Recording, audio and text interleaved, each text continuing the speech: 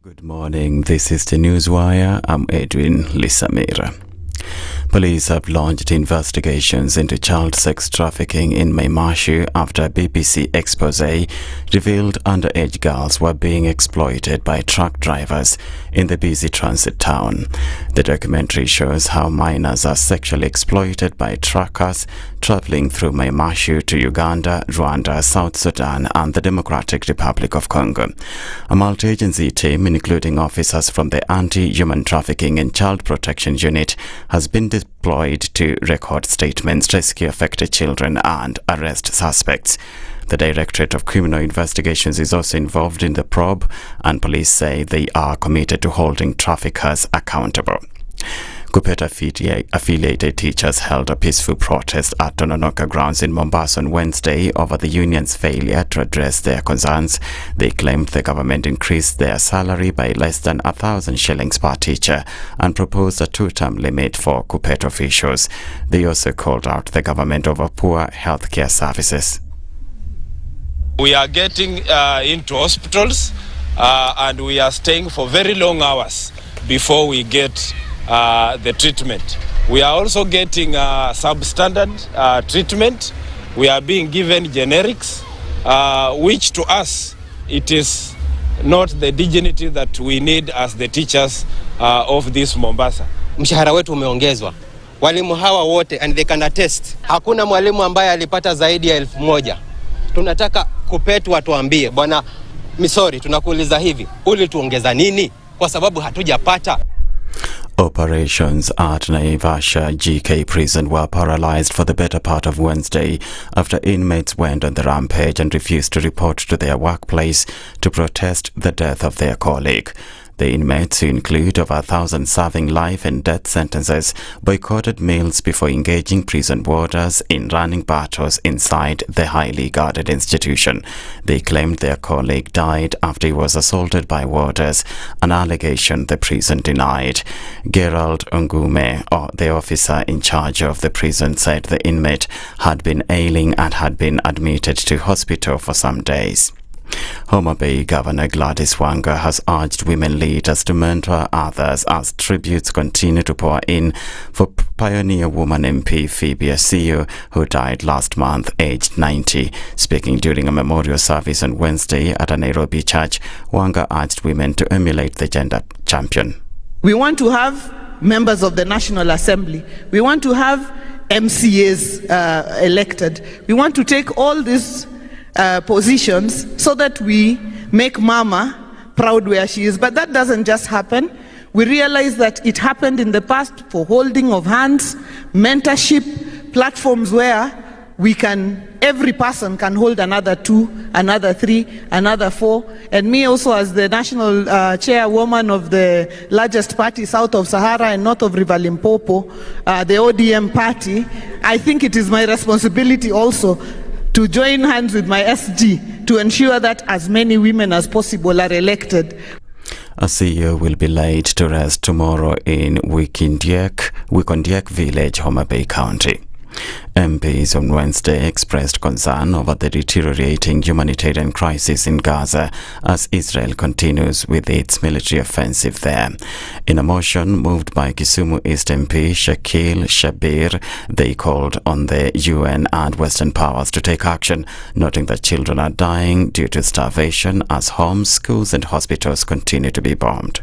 This House expresses deep concern over the dangerous escalation in hostilities in the Middle East that threaten the international peace and security across the Middle East and beyond. B, affirms Kenya's proactive commitment to a peaceful resolution of disputes through negotiation, diplomacy, and adherence to the principles of United Nations Charter. This morning, CNN was airing very painful images of children facing starvation in Gaza. Madam Speaker, it is estimated that 2.2 million people in Gaza have been displaced, and the death toll stands at 52,000 people, Madam Speaker.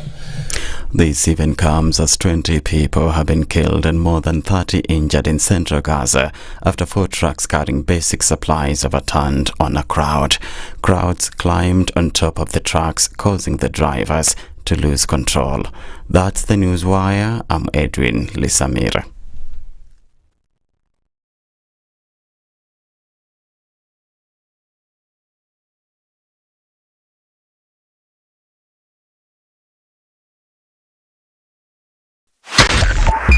.5 Spice FM, Kisumu.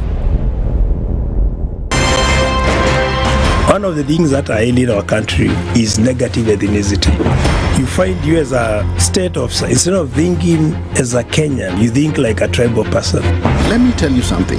The biggest problem we have had in this country is a leadership deficit. There is nothing that you are going to do in the process of change if you are not a risk taker. So you really have to pursue your vision to a logical conclusion and even be ready to step on people's toes. When it comes to the economy, you can run away with it. They say statistics are like bikinis. They reveal a lot, but they conceal the vitals. And so government people would throw statistics at you and tell you they're revealing a lot of information to you, but it's really concealing the real vitals.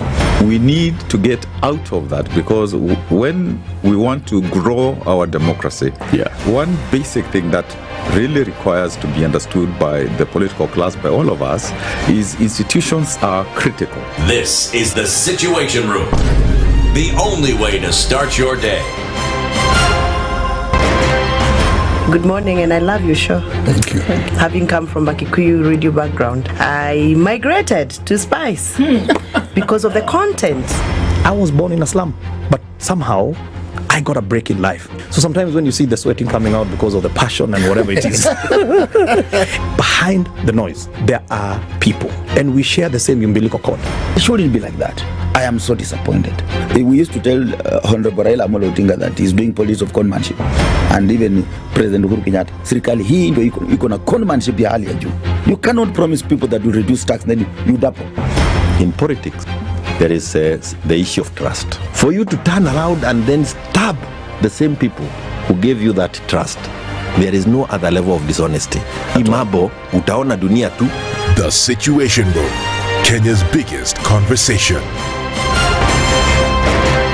If we just gloss over issues and hope that time heals, then we might find that in generations to come, we might be back at the same situation. And the whole thing is born of stolen elections. Spice. When it comes to the decisions you make, you must be independent.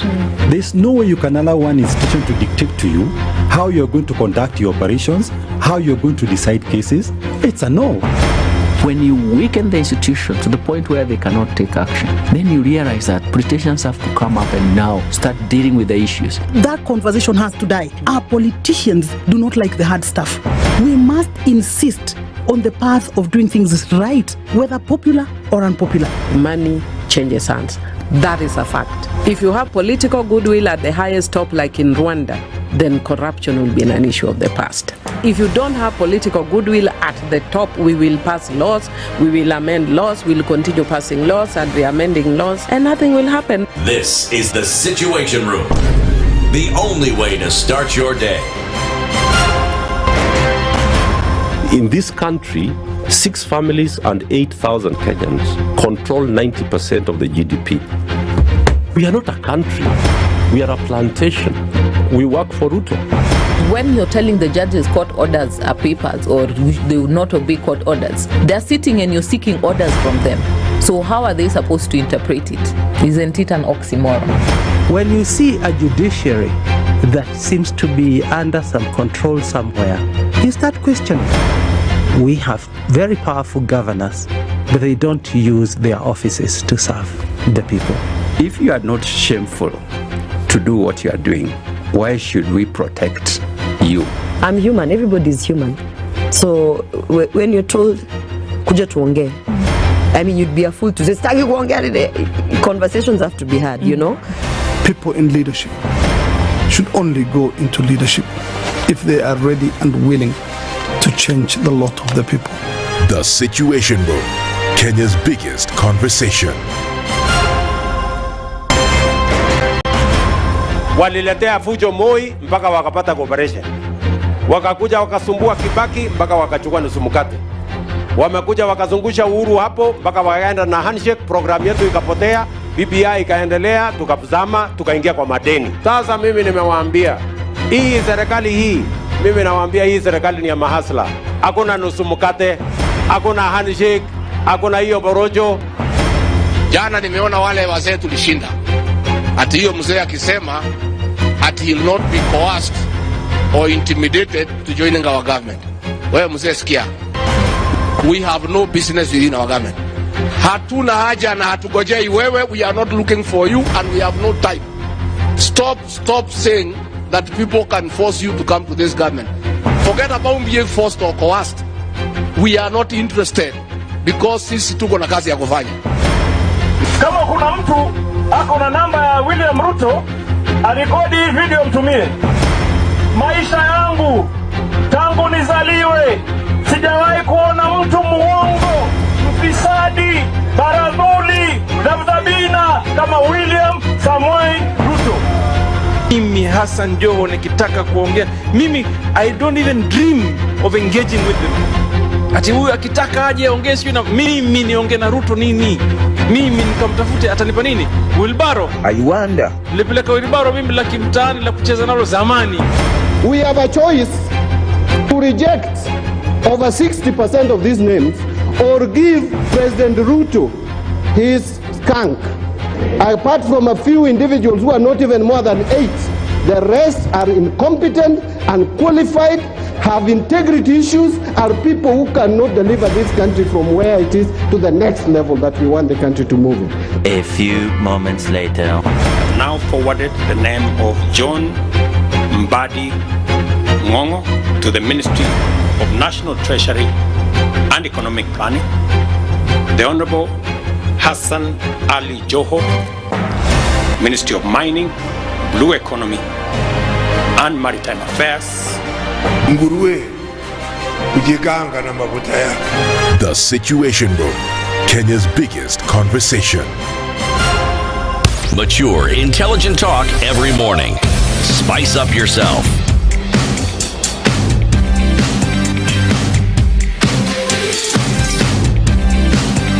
Mornings done right. 94.4. You did what? Okay. Good morning. Hello? Hello. Okay, anybody home? Salutations. Ouais, attends. Salutations, good morning. Salutations. Bonjour. Bonjour. Buenos dias. Inakwana. Oyaore. Habari ya asubuhi. Muyande. Ndio mno. How do you say? Wakire buya. Bushere mno. Bas. Musangalile. Hey, you understand anga? What? I have no idea what I've just said. I heard someone say it. It was so hilarious. How many do we not? We said all of them. Yeah. Okay. Good morning. Good morning. How are you, Aseto? Niko freshi. Nimeona. Mfano nini jana? Jana? I just had meetings and there. I was at the Kenya School of Government. You want to do something? Yeah. Okay. Oh, you're leaving us? I know. Okay. Hey. To go to government. Tricky. You never know. Broad-based. Then you hear, in 2025, nilikuwa nimemwona huko KSG. Then Aseto is on the hot seat. Surely. Yeah, but interesting. Yeah. Beautiful spaces, actually. Oh, yeah. Actually, very beautiful space. Mr. Okari, good morning. Good morning to you. Nilikuona mahali jana. I know. Look checky. Nilikuwa kwenye kijisanduku. 14 years. Welcome back. Box. Na mapenzi watazamaji. I wish I could say it. It's just that in English it won't come out right. Ungesema tu na Kiswahili. Ungesema tu na Kiswahili. Wapenzi watazamaji. Wapenzi watazamaji. Ujambo mpenzi mtazamaji. That's not news anymore. Ooh, that's no longer news. That's a poem now. Well, welcome back to KTN. Oh, thank you. Newest kid on the block. Newest kid on the block. Well done. New kid on the block. Newest. I feel too old. Don't worry. So long as what we didn't see yesterday, then we saw it today. It's new. I know. Abi? I know. And that's where we are at 6:15. Good morning. It's Thursday already. Can you imagine? Just on Monday, you were saying, "Whoa, will I do it?" You guys, I woke up this morning to eat jollof rice. I've not eaten rice in a month, but today. Dave, thank you. Hi, Evie. You will not. We will not refuse Come here. today. She came. Come She's here. standing in the corner. Come here. I need some love. Give me a hug. We all need love. Come here. Give me a hug. I'm thinking. I insist. Just come. Let everybody see her. Big hug. Not Big thinking hug. twice. You're good? I'm okay. Evie. Thank you. The powerhouse Okay. making things happen. We are. We're okay. Are you? Now can I leave? Well, You can actually take the You're hot our seat. boss, you know. you tell us. You Stand tell up. us. You stand up. Sit down. Sit down. We sit down. Abbas, sit down. Finally, you've seen her. It's like the Loch Ness monster or like the Bermuda Triangle. Things that you've been told they exist. You're not quite sure. Are they there? Evie is one of those, but now you've seen her, so you're sure she's real. That's our boss there. That's our boss, Bana. She I says love how we when do. she stands, she's almost the same height as Okari while Sometimes you're sitting. not quite sure if she's standing or Or sitting. sitting, yeah. So, but it's okay because when she should look at you once, you will fall in I love. love you, Eve. There are things that are non-negotiable. Non-negotiable. Yeah. She will do what she says, or you will do what she says. And that's how we put it together today. Like I said, I woke up to eat jollof rice this morning. Something is wrong with me. How did I miss that? I still have some. Okay. Jollof rice? Yes. Okay. And plantain. Okay. Because I didn't eat dinner yesterday, and then I was watching news because one Dennis Okari was reading news, and then my head started. Thank you for your message, by the way. Yeah. Yeah. You're welcome. Yeah. Aseto didn't send me any. Subliminal. Okay, sawa. Yeah. No, he was at the Kenya School of Government. Yeah. That's what he was We doing. see where this thing is He was going. we are going down the I will slippery admit, road I got home at around 10. from the KSG. So I went to YouTube. And You watched is it after rewound? I rewound on YouTube, then watched you. So by then I knew you were asleep because it was around 11. A bit rusty, yeah? I don't know, you're actually really, really good. Yeah. I tried. No, you did Terrible well. too. You did well. Please help his ego. No, you did well. You did well. I can't watch myself. Neither can I, actually. I was just telling Evie the other day. Very hard for me to watch myself. Okay. Get used to it. Ooh. Ding, ding, Oh, yeah, I ding, will. ding. Yeah. I will. Raniar. Pole sana bwana. Hey, sorry. How are you? Good morning. Zawa, Come sorry. also, give us a hug. No. Stay there. Stay there. Kila Do kitu not iko move. fulai. Let's stay there. You know, Raniar would have come for the hug. Guys, welcome. This is the Situation Room with Kenya's biggest conversation. It's Thursday. It's the 7th of August. You know what happened on the 7th of August in 1998? Yep. This is the day when you remember the lives of those who were lost. The twin bombings in Nairobi and Dar es Salaam actually changed the course of life for a lot of people, and it also changed the course of foreign policy for many nations. And we saw that terrorism then front and center in terms of discussions about, what was going to happen and how the nations would take care of themselves, and how unilateral, bilateral, multilateral conversations then were going to take place. We Remember those who lost their lives, and then, as the world continues to fight against this vice, we just hope that inroads continue to be made. Yeah, on that day, I remember my old man wasn't at home, Eldred. He had actually traveled to Nairobi and he was processing some things at KRA. So immediately we hear that there was the blast in Nairobi. Then we start looking for old man. Yep. Nowhere to be found, because then remember, mobile phones, zero. So we just saw the old man walking at around midnight. And we were like, thank God. Yeah. But he is actually the first source of raw information of what had actually happened, because he saw it. Yeah. I mean, it was a terrible time. Everybody remembers where they were. 1998. Yeah. Everybody remembers. I mean, I wasn't in Kenya. I think I had a sibling who was here. But just from the stories that I've been told and the things that you see on the news, I mean, the blast happened in Nairobi, and we saw it in Abuja, we saw it, in Lagos, in Paris, and we saw it right there in terms of what was happening. But Yeah, I was washing dishes. Yeah. at my mom's, and like Aseto was saying, you all remember somebody who's very close to the area of blast. My dad was in one of those buildings, and he was sitting behind him. There was a window, and the blast was so powerful that it knocked him out of his seat, hit the window, fell to the floor, and I think he fainted. And the next thing is dust everywhere, and people trying to, get on their feet to run through the corridors. You can't even use the lift. So if you're on 10th floor, you have to use the staircases all the way to the ground floor. By the time everybody's coming out, there are papers flying everywhere, glass shattered, dust, and a lot of confusion. Remember, the US Embassy was just, you can't even imagine. If you go to railways now, the way railways normally is just chaotic with, because it was the main terminus then. All the vehicles were just turning from there, and you have the train, you have all these people coming into town and leaving town, and the US Embassy was just right there. That's when. We never knew what terrorism was. I mean, you could walk freely, you could do anything you want. That was the first hit, like, wait a minute, there's such a thing like terrorists, like people can carry explosives and kill other people. And for the next couple of weeks and days and nights, almost nearly 3 decades, life has never been the same. No, it hasn't. Especially for those who survived. Absolutely. It hasn't.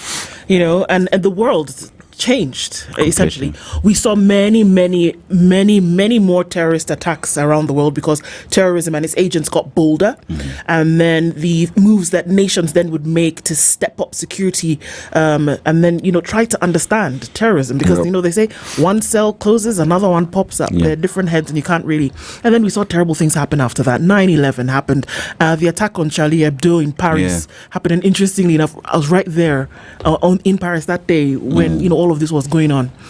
And all of these things happen in succession, and you wonder, Westgate happened. And Garissa. There you go. Is the world safe?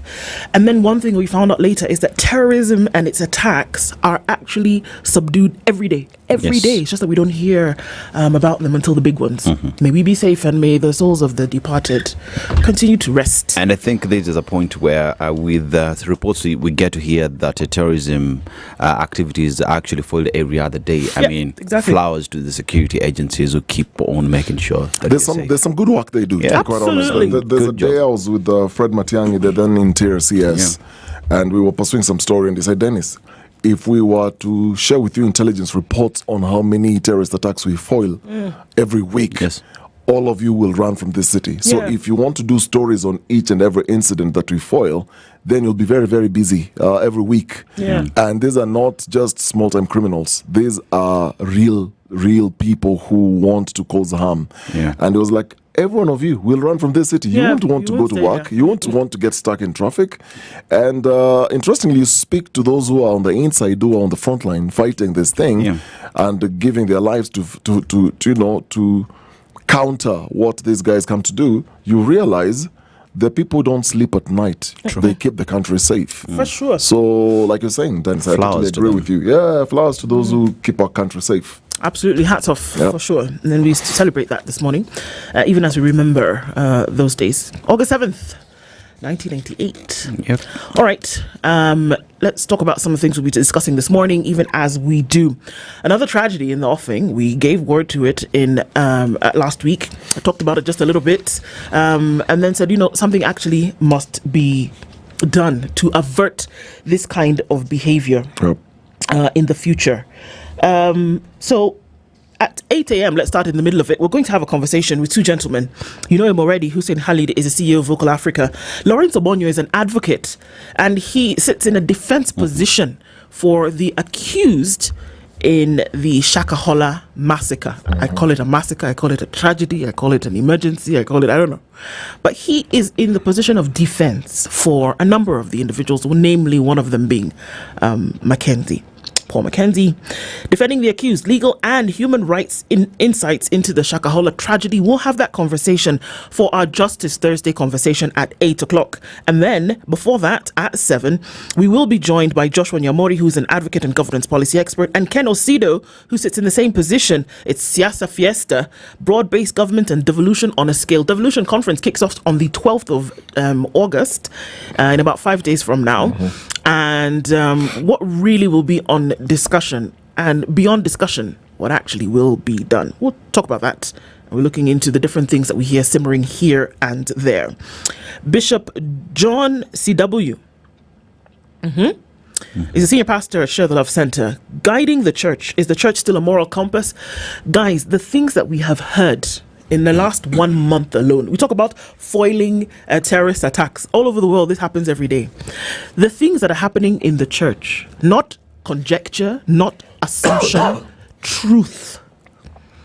Pastors have been excommunicated, have been stripped of their position because of the behavior within church. Church is supposed to be a moral compass. And why do we insist on church? Because it's said all over the place. Kenya is 80% Christian, is it not? So who's the guiding compass? The church. But the things that are happening in the church, has the church lost its credibility as the moral compass? We'll talk about some of those things with Bishop John C.W. at 9 o'clock. Sticky stuff, but we have to talk about them, and that's what we do right here on The Situation Room. We'll get into it this morning. Thank you always for joining us to have these conversations. We can't do it without you, even as we get into the room this morning. All right, we are in the Rainbow Nation. Yes. And you share a proverb with us today. Yeah, the Rainbow Nation, there is a massacre that happened in 1960, the Shepherdville Massacre, that was at the heart of apartheid, when over 5,000 Pan-Africanists actually gathered in protest of the apartheid regime back then. And it is during this time when 69 people were killed, including women and children, and about 180 injured, many shot in the back as they tried to flee. You go to South Africa, especially in Gauteng area, this forever remains etched in their hearts because it is a sad moment for the country, but which again many say was the start of the end of apartheid, because ever since then the push to end apartheid got even stronger and louder. So it is just one of the things to remember about the Rainbow Nation this morning. But let's go to the proverb, and today it's about respect. A respectful man is not weak. A who? A respectful man is not weak. How would you interpret that? Usually people see humility as weakness, and or kindness for weakness. I think there's even a song. And it isn't. If anything, for me, it's strong. And you will never be at a disadvantage. You will never be at a point of weakness being humble and kind. Never. True. Never, for me. And I think that's the road less traveled. And I think we should all get on it and keep walking. That's it for me. The proverb again is, a respectful man is not weak. There's I was just trying to remember that scripture. Well, it talks about meekness. Meekness doesn't mean weakness. Meekness is strength under control, meaning that a respectful person has, the ability or the confidence to treat others well. Yep. And therefore, that doesn't necessarily mean because you are accommodating people and you are dignifying them, doesn't mean that they are weak. They're powerful and they're respectful. Yeah, that's my interpretation. Yeah, I mean, if there is anything, I think a respectful man to me is a very strong person, because then again you realize that even your juniors deserve respect, because remember, respect is two-way. And for even a senior person to realize that I need to respect my juniors is strength for them to realize that everyone is equal before the eyes of the Lord. So treat everybody with respect, and you shall get the same. So it's yin and yang. Yeah, you don't demand respect. Nope. It just comes. Yeah. For sure. And you don't have to ask for it. Yeah. It'll come. By the time you're asking, iko shida. Indeed. Wacha tusalimie watu, even as we get into it this morning, before we just then get into the headlines, we say it because we mean it. Good morning from Nairobi. Pan-African Kenyan says good morning. Peter Kiaria, good morning from Mombasa, you say. If you make it your discipline to do a little bit of growing each day, it's just a few years, you'll be amazed by your transformation. Very true. Bwangi Juma says good morning. Have a blessed Thursday, y'all. Thank you so much. Don Sabwa in with the instructions this morning. First of all, he's asking, how are you, Ndu, Dennis and Aseto? Good morning. Salama. Ndu, please ask Aseto, why is Kenya on a borrowing spree at the same time not able to fund primary education continuously, yet we are in debt? Aseto, Don Sabwa said I should ask you, why is Kenya on a borrowing spree all the time, yet not able to fund primary education continuously, yet we are in debt? Because even the government itself cannot explain where that money is going. And our Auditor General says it's being stolen, but who exactly? And what is being done? So let's keep on borrowing. Okay. Well, there's your answer, Don. I don't know if you like it, but okay. Is it the Simpson guy who asks the questions? Yes. Oh, okay. Good morning from Jamaica, says Paul Sative. Good morning. Wagwan people, Hujambo. Robin Bogo tuning from Mombasa this morning. Listening in from Rongo is Georgia Demo, and he says, if you don't control your mind, someone else will. Ain't that the truth? Onganyi Malala says, good morning, listening in as always. Good morning, he says, Ndu and Dennis Squared. Dr. Fico is tuned in this morning and says, good morning, Spice team. I want to remind you that you're always doing fabulous work. Tune in from Kisumu. Thank you so much, Daktari. Thank you for always tuning in. Good morning from Kigali, says Michael Olande. Bernard Mwangi says, good morning from Thika. Kisa Daniel is tuned in and says, good morning, Spice. Isa Kale, let's spice up the stew with some chili flakes today. Shall we just? Good morning. General Isa Mavenge is tuned in from Ukunda. Good morning to you. Good morning, Princess Ndu, says Leo and Aseto and Okari. What will be the most affected sector if Trump decides to increase the tariffs or impose trade restrictions following Kenya's dalliance with U.S. enemies? Well, avocado export. Avocado export. Okay. Tibbs Muge says good morning. Eric O'Wara says good morning, guys. Murillo says good morning, people. Abraham Kimele is tuned in and says happy Thursday. Stay warm. Are you warm? I am warm. You're warm? Okay. Somebody's warming up here. It's okay. Nick Bala says good morning. The U.S. should not choose for us our friends. Leave us alone. We'll play in the park with who we want. The 2000 says, good morning, beautiful people. The e-citizen theft is crazy. I wonder how long we'll allow it to live like this. I'm telling you, my brother. Yabra KK says, good morning, D&D. Welcome to Kenya, where there is no money for school, but money for stealing is always there. Now we understand the migration. That's amazing. E-citizen, that's really funny. But yeah, bro. Good morning. Tony Malila says, good morning. What's the process of barring public servants, mostly lawmakers, from enjoying health services abroad? I know. Talks about it the other week. You know, if you insist that they get medical attention here, you'll be surprised at the quality of care and how it will rise. Christina A says, good morning. Dr. Venvik says, Bwakire. Agola, good morning, Spice. It was a pleasant surprise to see Okari on KTN Prime News. Jana, congrats. Thank you. Congrats. Bas. Paul Ndete says, good morning, tuning from my Matthew. True Wisdom says, Kwawuka Mana. Nawuka Mana too. What are those? Not sure. Yeah. I hope we are not insulting ourselves. Andrew Chira says, what's happening? Some dudes were at my dad's asking if they receive remittances from abroad. What's up? We're at your dad's. Where's your dad? For context. Simon Kibiru says, good morning, everybody. Waiting for the boldest conversations locked in from Mombasa. Mbagi Joshua says, avoid doing business with somebody that you cannot send to jail. Okay. Wait. You would not send your family member to jail, so don't do business with them. Edwin Kahura says, good morning from Kikuyu. Young Jedi, good morning, D&D. Hope you're all fine and dandy today. When's the last time I heard that word dandy? July part 2 is doing its thing. Once you get used to seeing you guys on YouTube, listening on FM becomes unbearable. Have a blessed day. To you too, young Jedi. Ibra Sancho sending us love. Good morning to you. Tuning from Mombasa, Manchester, Rico. Hussein Kelvin says, good morning, D Squared and Ndu. Game Nileo. Exactly. Today's the 7th. And you've seen the traffic things, eh? You cannot, after a certain time, I think it's even from this morning, cross over around Kasarani. And then also Nyayo Stadium. So we're going to watch that today. The sister says, good morning. Sunday school song. Humble yourself in the sight of the Lord and he will lift you up. I know that song. Noxy Wab says, good morning from Temekula. Hapo ni wapi. Mary Kenya is tuning from LA, Los Angeles. Jambo Kenya tuning from Overland Park in Kansas, says Isaiah Tuwei. Ken Kagai is tuned in from Kiambu Road. Kindness will never be weakness. It will never. Festus Mulu says, good morning. Nduku. It's not Nduku, but okay, we go with it for now. Team Machakos, very cold. The Nairobi 2011, we see you. Kumi Supu, what are those? Richard Mireri says, good morning, tuning from LA as well. Kwavuka Mana, it's tighter, meaning morning greetings. Okay. Mzalendo says Angola is going to beat Kenya today. I'm not the one who said it. It's Mzalendo who said it, and that is the way he's greeting us this morning. You know, Mzalendo is not just being a Mzalendo. What's Mzalendo? You know, Mzalendo is being patriotic. Mzalendo is not being Mzalendo? Yeah. That match is today. Speaking of Chan, What time is it? Kenya plays Angola at 6 p.m. if I'm not wrong. See you, Siku.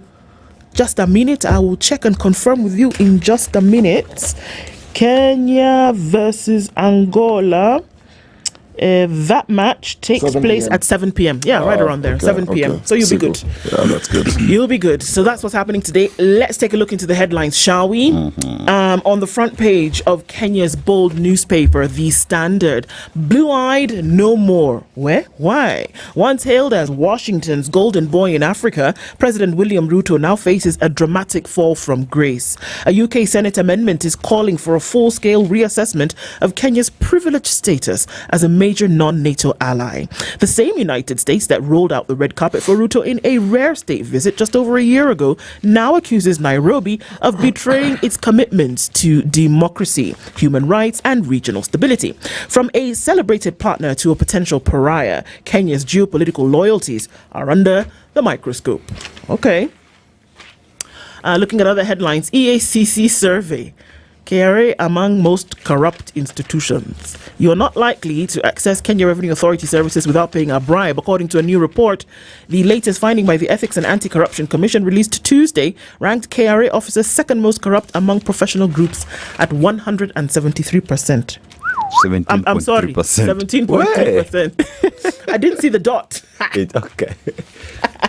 I was going to say what? 173%? What is that? Special schools win hearts at the music festival. It was so heartwarming to see that they did such a fantastic job and that they're bearing their talent. And there is a direct example of what you can do when you give people a chance. Even those living with disabilities, there's talent. True. And it might be covered by the disability, but it is not non-existent. So I loved to see this, that they really have one heart with what they've done. Ogamba faulted over facilitation of learners at Music Jamboree is what we're talking about now. Okay, so did the ministry not facilitate as much as they should have? Okay, war against terror at risk as US rethinks Kenya ties. That serious? Oh, we'll see. Phoebe Asio, you know her, an iconic woman who mentored a nation. Her final farewell. In the world, the political sphere, if you have to ask who Phoebe Asio is, then a little bit of reading necessary. Judge upholds ban on alcohol adverts on digital platforms and says, nah, we're not going to do that. Advertise elsewhere. Not like that. All right. Just looking quickly into the sports pages. We don't fear anyone in this tournament, says Omija. So all of you who are saying that we're not going to do well against Angola, you know where you can go. Omija says, look, we are okay. He's a Harambee Stars defender, and he says, you know what, we're ready and we're up to the task. Record-breaking Algeria show why they are Chan favourites, and why McCarthy could bank on 20-year-old Mansour in his engine room against Angola. All right, all eyes on the Harambee Stars tonight. What's your bet? I think Angola is going to give the Stars a run for their money, but I think that the Stars are going to play a solid match tonight. I think so. You're very diplomatic with your answer. I am I'm a student of international relations. What essentially you're saying, Kenya is going to be beaten by Angola. Hey, that's what you're saying. Did you hear me say? He's the one who said. Is that what you said? That's not what I said. No, you're on the hot seat now. We're asking the questions. Are you saying that Kenya will be beaten? No. By Angola. What are you saying? I'm saying that Kenya is going to play a fantastic match. And Angola? Angola will also play a fantastic match. Okay. So who's the favourite? So are you saying it's a draw? It could be. Who's the favourite? For who? In this match? For Southern Africa, it's Angola. For Eastern Africa, it's Kenya. For you? For me? Oh, come on. Duko, can you give us an answer? Who are you rooting for? I'm rooting for Kenya. Okay. I'm willing Kenya to win this match. Yeah. I'm willing Kenya to Clever win. answer. Clever answer. You're in Kenya now. Hey. I'm willing Kenya to win the match. What again do you want me to say? Okay. But you're betting they'll be beaten. They'll have a run for their money. It's okay. Aseto? Sir, to the Daily Nation. Ruto answers the US. Fight back. A day after public disclosure of a push for President Donald Trump's administration to investigate Kenyan ties with rivals of the United States, President Ruto has defended the country's bond to China, citing trade benefits, but he did not address other governance questions like links to Sudan paramilitary rapid support forces and abductions that will be subject of the inquiry if sanctioned by the Congress. And Shah abandoned the baby in India after life-saving heart surgery. Now, sacked Judge Chitembwe now accused of forging judgment. So how do you forge a judgment as a judge? How do you do what? How do you forge a judgment as a judge? This is my judgment, then you forge your own judgment. Abi, how? What's the context? So in page 8, Justice Chitembwe, he was kicked out, yeah? So based off what is being said here, former Judge Said Juma Chitembwe has been accused of presenting forged documents in a dispute over a 20-acre beachfront land in Kwale County. He is said to have presented the documents to claim victory on behalf of his client. KANU party leader Gideon Moi has stacked claim to the land. Now, forgery concerns have been raised in relation to court proceedings, a judgment and correspondence alleged to be between Mombasa, Nairobi and Kwale deputy registrars of the judiciary. So the documents that the judge used to give a judgment were all forged. So that's pretty much how the matter was, a forged judgment. Wow. So we also have the music festivals that is going on, and Turkana and Pokot dancers stole the show, and also the matter on Ruto's response to the US. And then IEBC says it will conduct all 24 by-elections this year. So how many months do we have to the end of the year? 24 by-elections they'll do this year. Okay. This year, yeah. Do they know we're in August? I'm just asking. That's my question as well. Okay. Yeah. All right. So imebaki miezi ngapi kama tatu? 4. Minus, this is the 8th month. Yeah. Is anything going to happen in December? So they've got, and we're already almost mid-August. Yeah. 12th is Monday. Yeah. So let's say 3 and some change months. Okay. But it's in life. Storm in the opposition ODM over Jubilee's offer to Raila. David Murathe said they would support Raila Odinga if he walked out of broad-based government. And that seems to be creating some discomfort in ODM. Now, YMCA's pension bill faces hurdles in Parliament. And ex-judge accused of forgery in land case, that is Justice Juma Chitembwe. Okari, uko na nini? Well, the Star headline, Raila dilemma as Uhuru party dangles 2027 polls carrot. Insiders say ex-president wants to rally anti-Ruto forces. Still on the front page, frontlines to isolation, the hidden toll of activism. There's an inside story there of how many are struggling with the mental health issues, the impact of activism after participating in 2 major protests. There's a story of some of those activists in there who now face long-term psychological struggles. Nearly 3 decades after the 1998 bomb blast in Nairobi, stories of survivors. On page 2 of The Star, women's icon has rested, leaders bid a sea of farewell, eulogized as eminent stateswoman, trailblazer, and maternal figure. I wish we'd celebrate these people when they're alive better than after they've passed. Then we give them all these props. Critical decision to adopt or reject GMOs. There's a story there. Terrain, drum roll. Orengo returns. Allah? Yes. Did somebody see him? There's been an Orengo sighting. I'm back. So Siaya Governor James Orengo has quietly returned to the country after a month-long medical trip abroad amid mounting speculation over his prolonged absence from public view. Orengo's return came just a day after it was reported that he had traveled to the US for treatment. Now, reliable sources confirmed that the governor landed at JKIA on Tuesday night, ending weeks of speculation about his whereabouts, and obviously we'll expect him to tell us amekuwa wapi akifanya nini. Inside SRC and judges war, this one, woi. I think I'll deal with this later. Okay. Inside SRC and judges war over lavish pension perks. You just deal with it now? I deal with it now. Kinda. Now, Salaries Commission declares the retirement benefits bill untenable financially. Now, listen, there's a battle over lavish retirement perks. For judges, which has erupted between the Salaries and Remuneration Commission and the Judiciary. Who again? SRC and the Judiciary.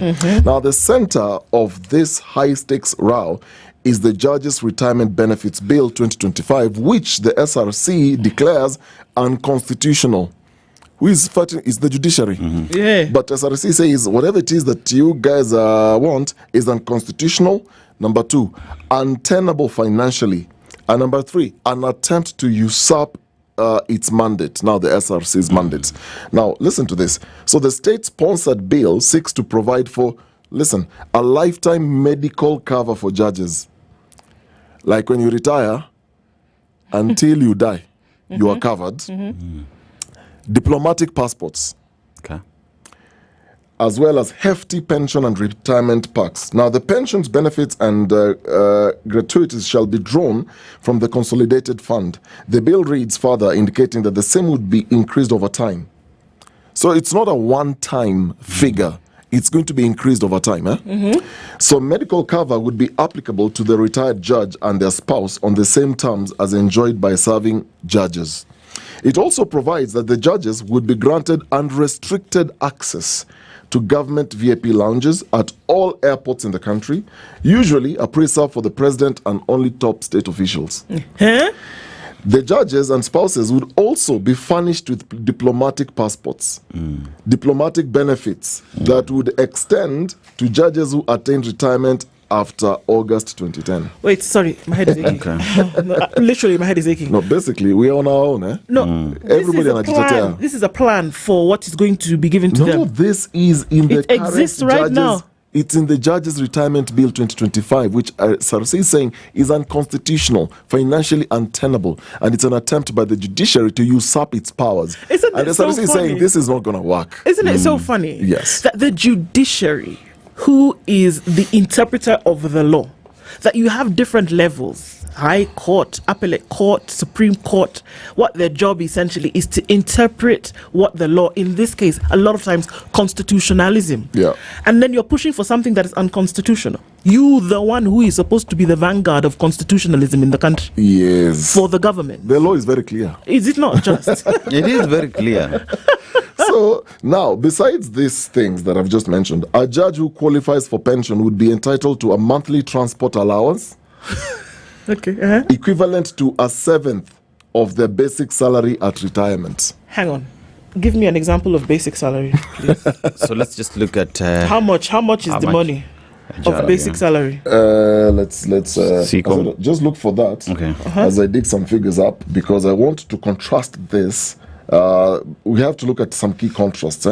Benefits, what is being recommended versus the current benefits plus what is now being recommended. The basic salary. You got it? Not yet. Not a footer. Of who now? We're talking about judges across board. So let's just generally look at just 2023. I'm just looking at the SRC guidelines 2023. So a Chief Justice is getting 990,000. Deputy Chief Justice 924,000. The Judge of the Supreme Court 792,000. Judge of the Court of Appeal 770,000. Judge entry of the, level. Okay, sorry. So let's just go to the entry level and look at 700. Let's just put it at 700 670. 700. Okay, 700,000. Just let's put it at 700,000. So we are saying that as how much of the what will go to transport? 7%. So we are looking at a travel allowance. A transport allowance, a monthly transport allowance, equivalent to a seventh of the basic salary at retirement. So 409. Okay, divided by 100.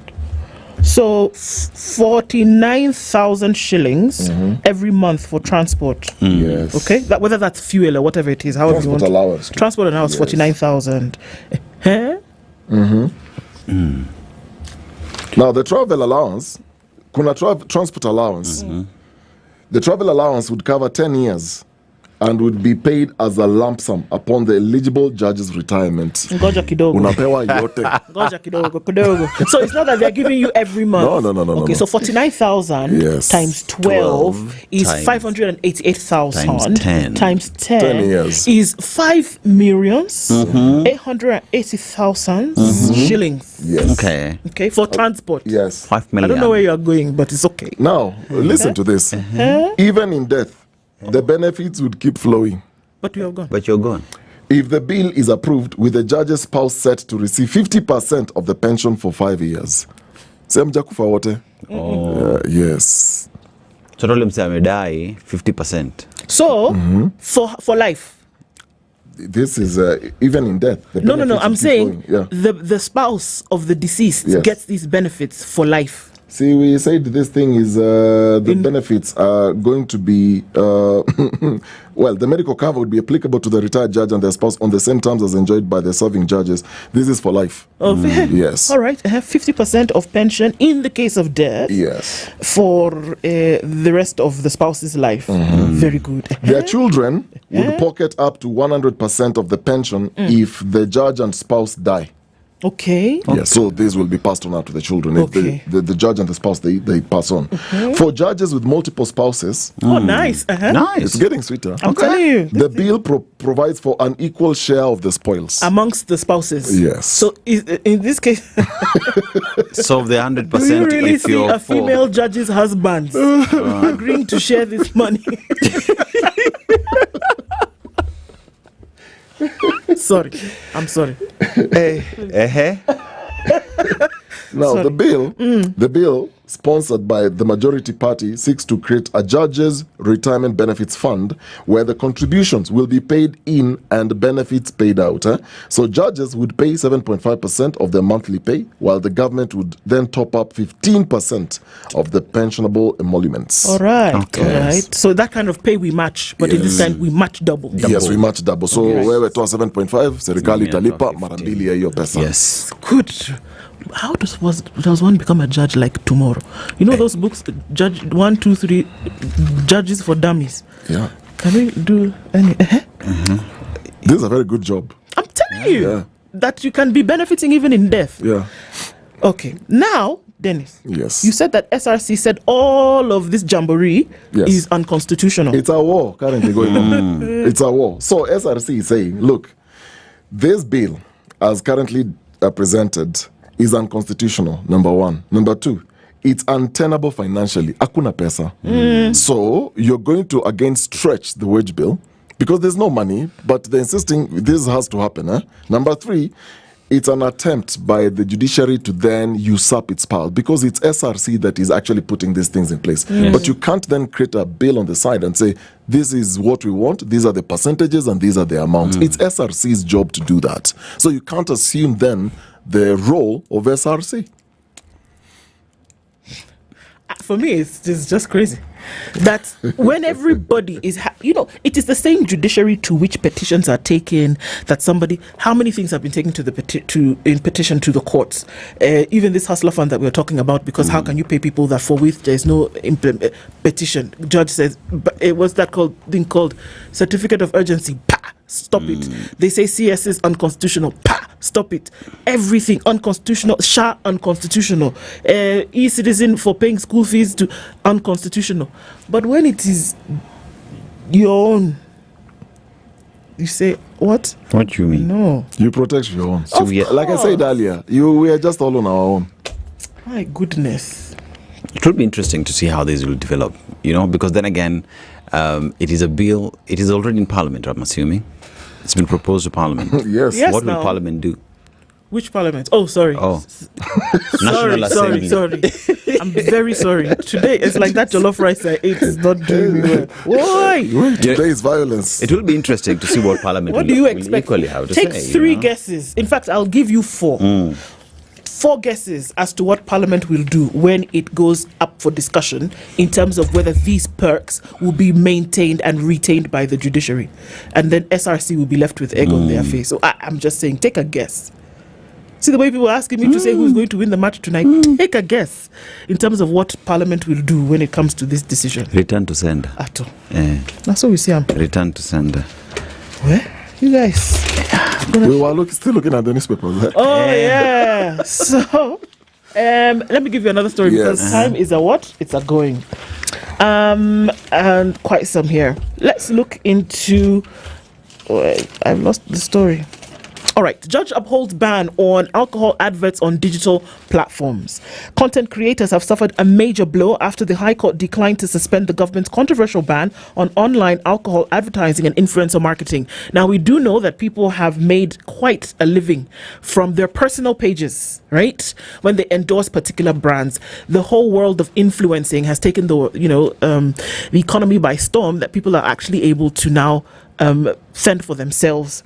Yesterday's ruling means the policy introduced under the National Policy for Prevention, Management and Control of Alcohol, Drugs and Substance Abuse will remain in effect. This is a petition filed by two content creators, Fidel Shama Omsula and Brian Muthengi Kimanzi, proceeds to a full hearing on the 6th of October. In an urgent application, Omsula and Kimanzi had sought interim conservatory orders to halt implementation of Clause 6.5.2 of the policy. They argue the digital advertising ban announced on the 30th of July this year by Interior Cabinet Secretary Kipchumba Murkomen was introduced without public participation, infringes on the constitutional rights and poses serious threat to livelihoods of thousands of creatives. So they said, you know what? All of us in this space should have at least been consulted, and we should have all, put the thing to a vote. The court said, yeah. The ban is still in place. We'll come to court on the 6th of October, in about 2 months. But in that time, you can't. Do you know what happened with that ban? That people lost income instantly. And that anything that was in the books in terms of contracting or whatever, out the window. It's not going to happen. And they're saying until this comes to court and you're able to prove here or there, sorry, but it's not going to happen, guys. That's what it looks like. So why are they never consulted in the first place? Why should they consult? Why should you consult? If judges and if judges want to be paid for life and even unto death, even in the afterlife, want to be paid, you think they'll consult you about your curriculum money for booze on the internet? Okari. Oh yeah, all right. Let's look at one more story. All right. So IEBC has said that all the 24 pending by-elections will be conducted this year, even as it has maintained that the next general election will be held in August 2027. The development comes as the Independent Electoral Boundaries Commission alleged fears of secret plans to do what? Steal the upcoming elections. Speaking during the media stakeholders engagement yesterday, IEBC chairperson Erastus Ethekon said the Commission's Elections Operations Committee is working on the timelines for the by-elections, with the calendar set to be released in a week's time. He pointed out that the planned by-election agency is to finalize all the pending mini polls in the course of 2025. Now, Parliament is expected to issue new writs declaring vacancies in some 7 parliamentary seats to trigger by-elections following the expiry of the previous ones. The other 17 by-elections are for ward seats in the counties. So, IEBC says, tuko tayari kufanya by-elections. All you're waiting for is for Parliament to give new directions and declare the seats vacant, including from the ward levels, the ward ward representatives that need to be replaced as well. So IEBC boss, Mr. Ethekon, said that the Commission Secretariat has been liaising with both Parliament and the National Treasury to secure the necessary budgetary allocation to ensure that all these by-elections and the mandate that they ought to deliver is actually done. So hatuna pesa, lakini tutafanya kazi. Yeah. It's, it's good to be hopeful. You don't just worry. Come on, if there is a need for pesa for real things, we won't find it, but other things we'll find. So don't worry. Yeah. So the money that they need is 1 billion shillings, and they only have received 788 million shillings. So they have a deficit of close to 300 million. They need how much? By election 1 billion. Oh, but they said they'll do all. Yes. Okay. So tutafanya yote. Tunataka 1 billion lakini tumepata 700. But in the meantime, as we wait for the 300, we are also waiting for Parliament to issue the new writs, including the county assemblies, so that we can then start. So they're also waiting. And we only have 4 months to go. Yes. 3 months. Because there are exams in October, November, and a lot of these polling places are schools. And schools, KPSEA is being written at the end of October. Oh, yes. KCSE is being written into November, so they should do their thing and finish, I beg, because exams are taking place. Yeah, and remember, these education centers are the polling centers. The polling stations. So this has to be done between now and mid-November? Mid-October. KPSEA is written at the end of October. Yeah. KPSEA is written for grade 6s at the end of October, so they should hurry up. So stop counting 3 months. Between now and and KCSE is written for a month, so we are almost mid-month. Yeah. So half the month plus the last half of September and half. So 2 months. 2 months. Yep. They have 2 months to do 24. Yes. And they said they'll do. Maybe they didn't know, but now you've told them that actually they should not count November. Yes. It's good to help with such information. IEBC, it's good to be positive. It's good to be... IEBC, maybe systems work. IEBC, We only have 2.5 months. But okay. Good morning. At this point right now, it's 7 o'clock.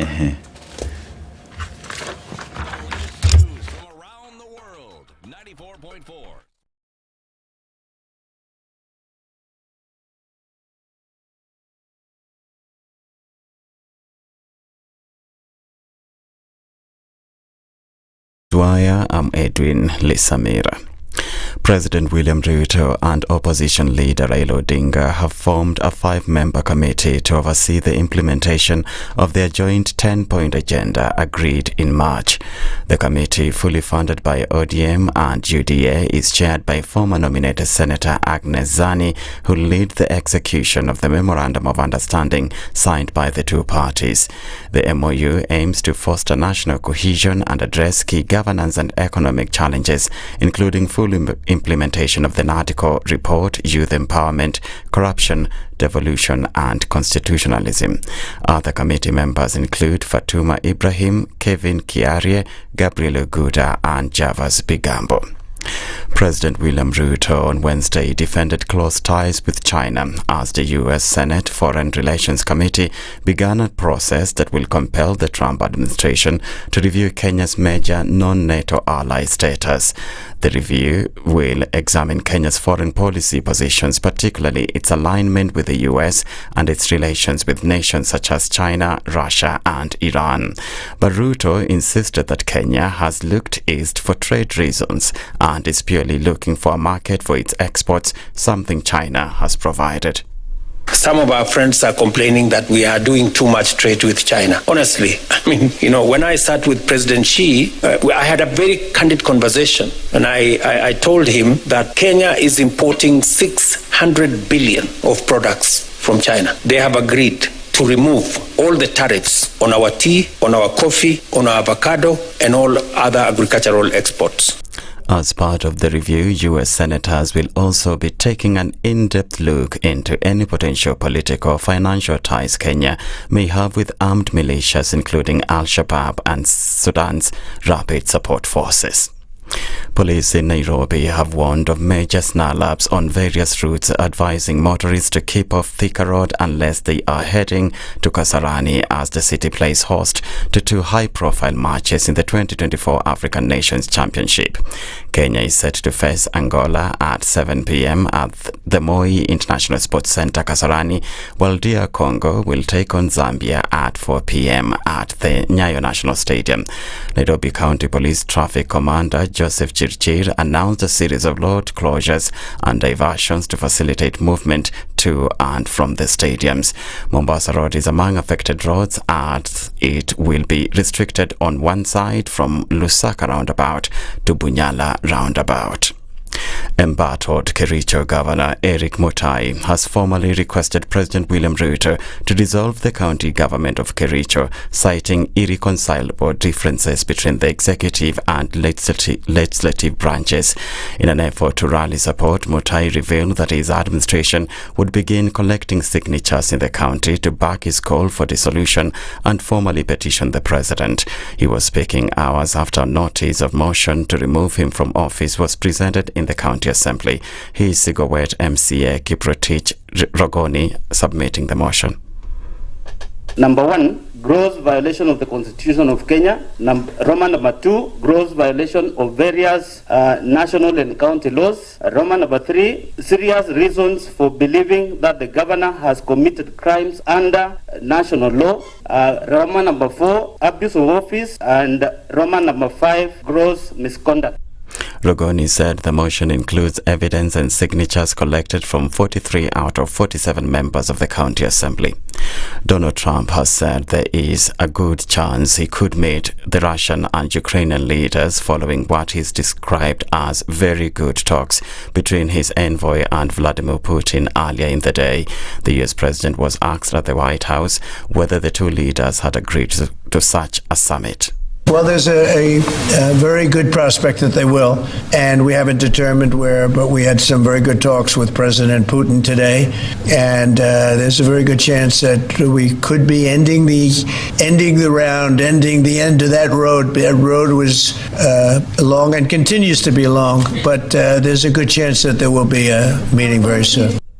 The Kremlin earlier issued a vague statement about the talks between Putin and Steve Witkoff, with a foreign policy aide saying the two sides had exchanged signals as part of constructive talks in Moscow. The meeting came days before Trump's deadline for Russia to agree to a ceasefire in Ukraine or face new sanctions. That's the Newswire. I'm Edwin Lisamira.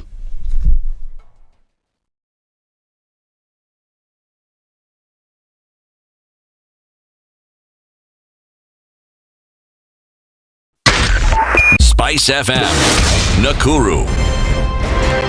One of the things that are ailing our country is negative ethnicity.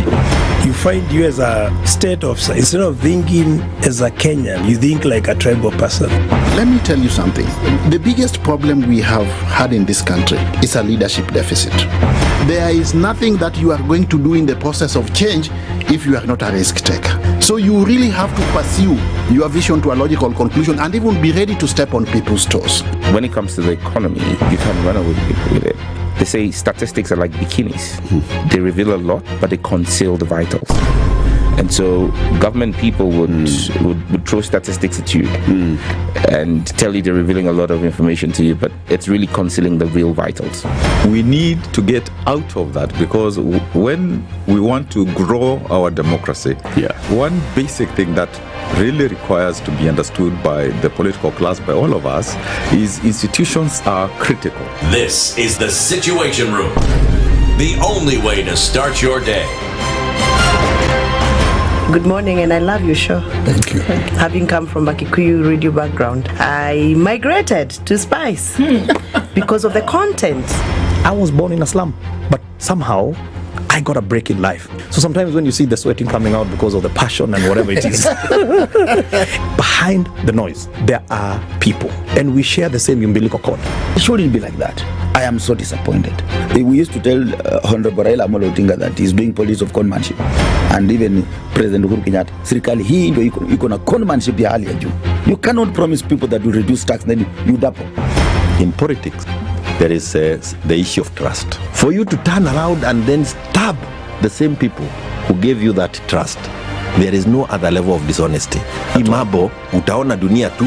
The Situation Room, Kenya's biggest conversation. Mature, intelligent talk every morning. Spice up yourself.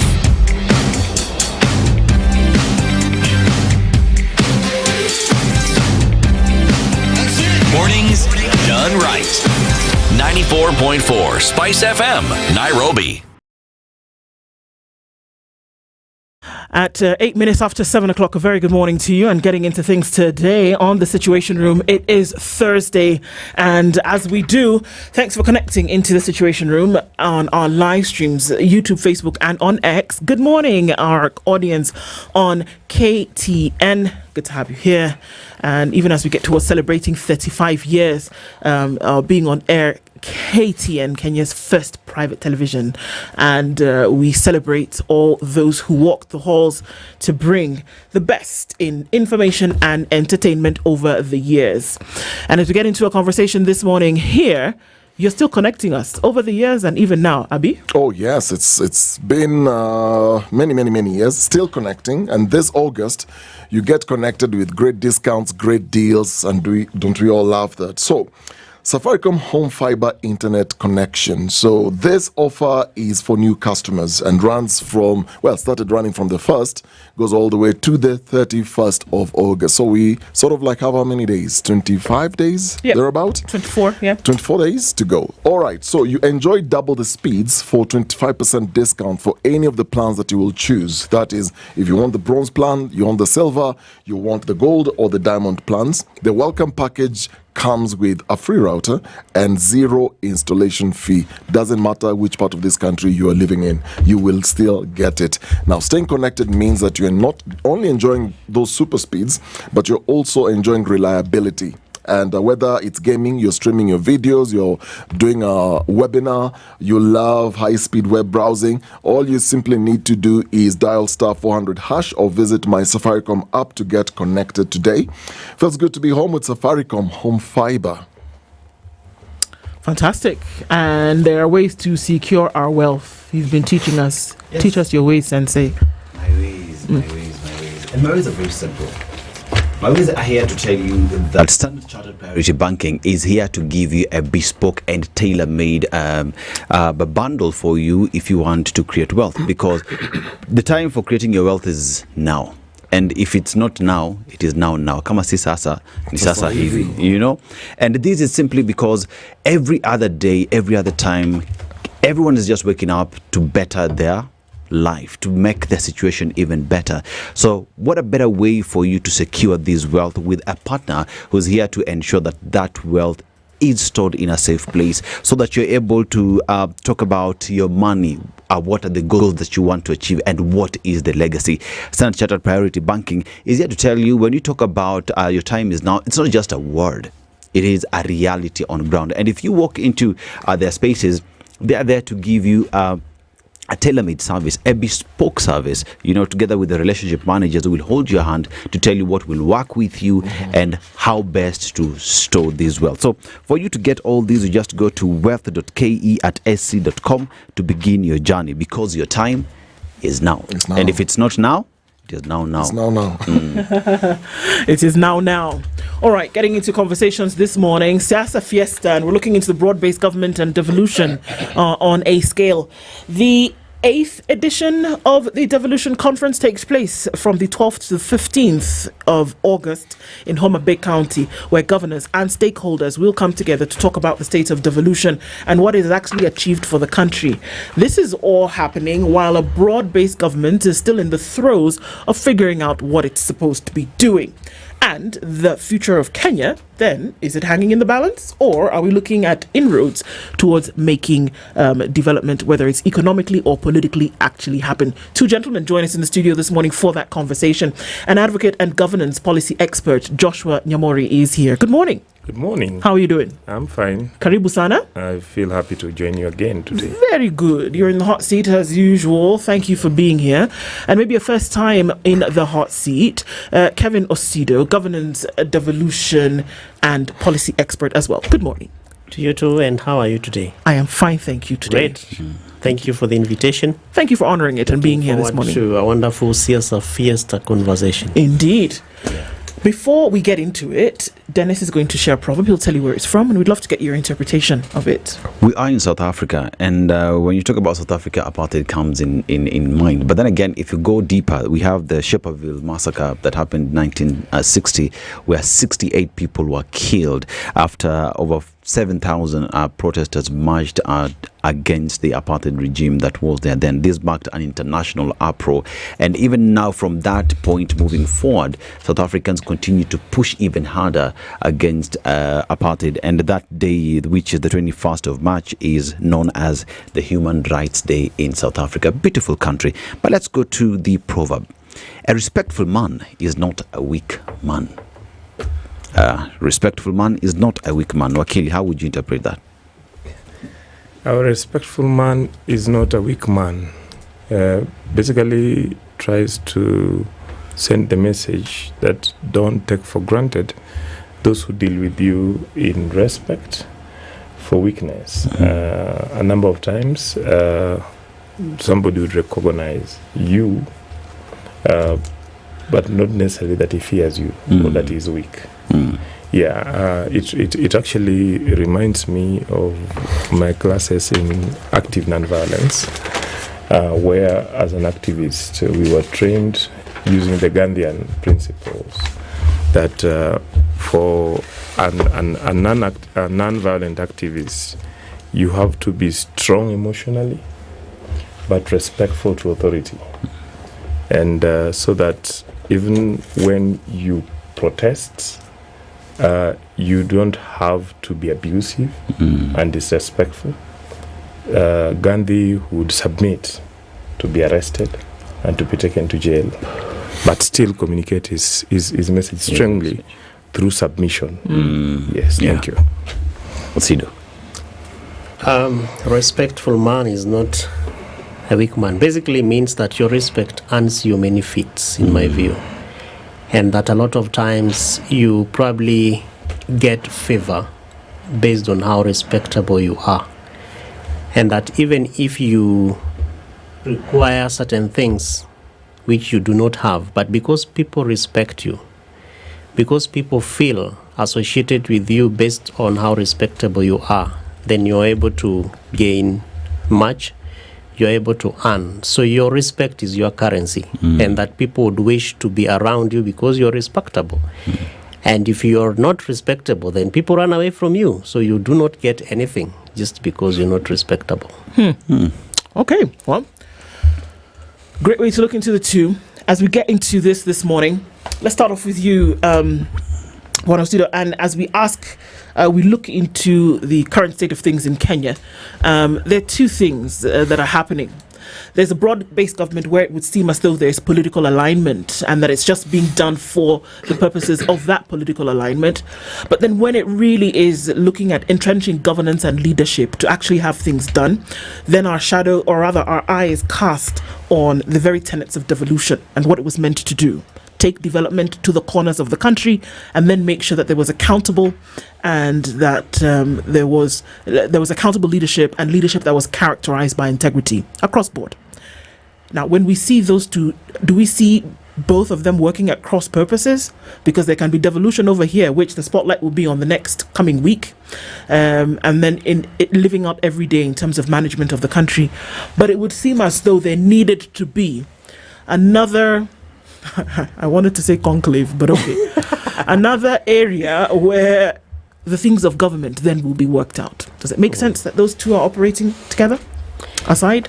Very, very good question. And one thing that really comes to my mind is, why did Kenyans wish for devolution? Why did Kenyans desire to have devolved system and form of government, even before I get into broad-based government? Now, Kenyans desired that there would be power devolved, sent to where the services of government matter most. That decision-making would be taken right at the doorsteps of the people, and that financial management would then be something that is very closely linked to how people see development happening, and that even the decision around who represents them would not be done elsewhere, like what we used to see in the previous years, where in fact a lot of these decisions and even the representatives of the people would then be decided at the national level. And so devolution therefore gives us an opportunity to ask ourselves, many years down the line, have we achieved that spirit? And in my view, I would say yes and no. and particularly looking at the milestones that county governments have been able to achieve, particularly in terms of opening up the regions of the country. The spaces that have been opened for the citizens to hold their leadership and the leaders accountable. And we have seen Kenyans, coming up so strongly to be able to demand this accountability, even up to the level of asking the president to dissolve a whole cabinet. And the same thing is happening at the counties, where we see citizens asking very difficult and strong questions around their governance and also around their leadership. And many, many things that are also happening around service delivery in terms of infrastructure, corners that are being opened up because counties are doing their work, and roads construction is happening. We are seeing health, despite the challenges we have with shisha or whatever it is. But county governments are actually standing stronger and taller to be able to respond to the health needs of their people. And we are seeing many, many things happening in agriculture and water and among other devolved functions as per Schedule 4 of our constitution. Now, of course, as I said earlier on, there are also other challenges. And in my view, one of those challenges is broad-based government, because broad-based government has, in a sense, as you shuddered to say, conclave. It has more or less, in my view, conclaved devolution, so that you realize that governors have to go to State House to be able to make critical decisions around service delivery, around public finance management, and how these finances are supposed to therefore respond to the desires of the people, which are captured in the county integrated development plans. And to a greater extent, therefore, you also realize that institutions of government and institutions of governance have also been more or less shrouded into a corner, where you ask yourself, must consultations be done with broad-based government for devolution to work? Concerns around equitable share, monies that are supposed to go to county governments, and that devolution has to be discussed within the premises of broad-based government, and that even, the power that governors and their county governments have to be discussed within the premises of broad-based government, which therefore raises the concern around the role of the head of state as a head of, rather the president as a head of state and head of government, national government, and how that is supposed to be done, or the kind of context that they are supposed to operate in, particularly when you also have institutions like the summit, which is chaired by His Excellency the President, and you have, and therefore brings together all the 47 governors, and then you have the IBEC, which is chaired by His Excellency the Deputy President, and brings together the devolution players, both civil society like ourselves, and also various ministries, departments, and different agencies. So to a greater extent, as I finish, therefore, there has to be a very deep conversation around the benefits of broad-based government, which I think is in my view, is a sense of political goodwill to be able to make things work. But then the question that would beg is, how do we sustain that, particularly in a context where you look at a broad-based government as one that is excluding other people? And so, for example, you'd say Mount Kenya feel excluded because to a greater extent they might imagine that broad-based government was formed for a certain sect or select group of people based on how the politics of this country is done. Mr. Nyamweya, Wakili, I heard Bonasiro say that the broad-based government essentially is a challenge to proper governance in the country. Agree? Yeah, I would, give the other perspective. Which is? And the other perspective is that the broad-based government is an opportunity and a pillar that stabilizes the country. A pillar in that broad-based government was formed after the country went through real political crisis. And we had, we were at a point where we would lose the country. We would have just tipped the other side. And we've seen that happen across the region. And so it was, important that the two main political leaders who were garnered more than 14 million votes in the last election came together not only as individuals, but by including their political structures, to stabilize the country and to analyze what the problem is, which they crystallized into the issues that had earlier been discussed under NADCO, and agreed on the 10 points which they considered the issues that were important for stabilizing the country. This including sorting out the IEBC issue, the issue of youth unemployment, the issue of police accountability, the issue of equitable and inclusive representation, the issue of gender balance, and so on and so forth. So my view is the broad-based government gave us an opportunity to pursue some of those issues. There have been progress in certain areas. There may be challenges in certain areas. What progress has there been made in certain areas? For instance, the toxic discussion that was surrounding the reconstitution of IEBC was, improved, and we finally had the select committee set up, and we had the commissioners nominated. And that happened as a result of the forming of the broad-based government. Am I hearing you say that the broad-based government was formed, and as a result of it, then you had the coming together of the IEBC? My point is that the MOU and the formation of the broad-based government made everybody feel part and parcel of the governance process. It then reduced the political tension from amongst the key players in the country, and it enables the processes to go through. So who was this tension being felt by? Everybody. I mean, having a country, if you remember the discussion we had during the impeachment of the former deputy president, and there were discussions about Kufa Dereva, Kufa Makanga. Then the question was, what happens to the country when we impeach the deputy president and, something happens to the presidency also. It was basically generating instability. This is a country where at one point we had soldiers in the streets.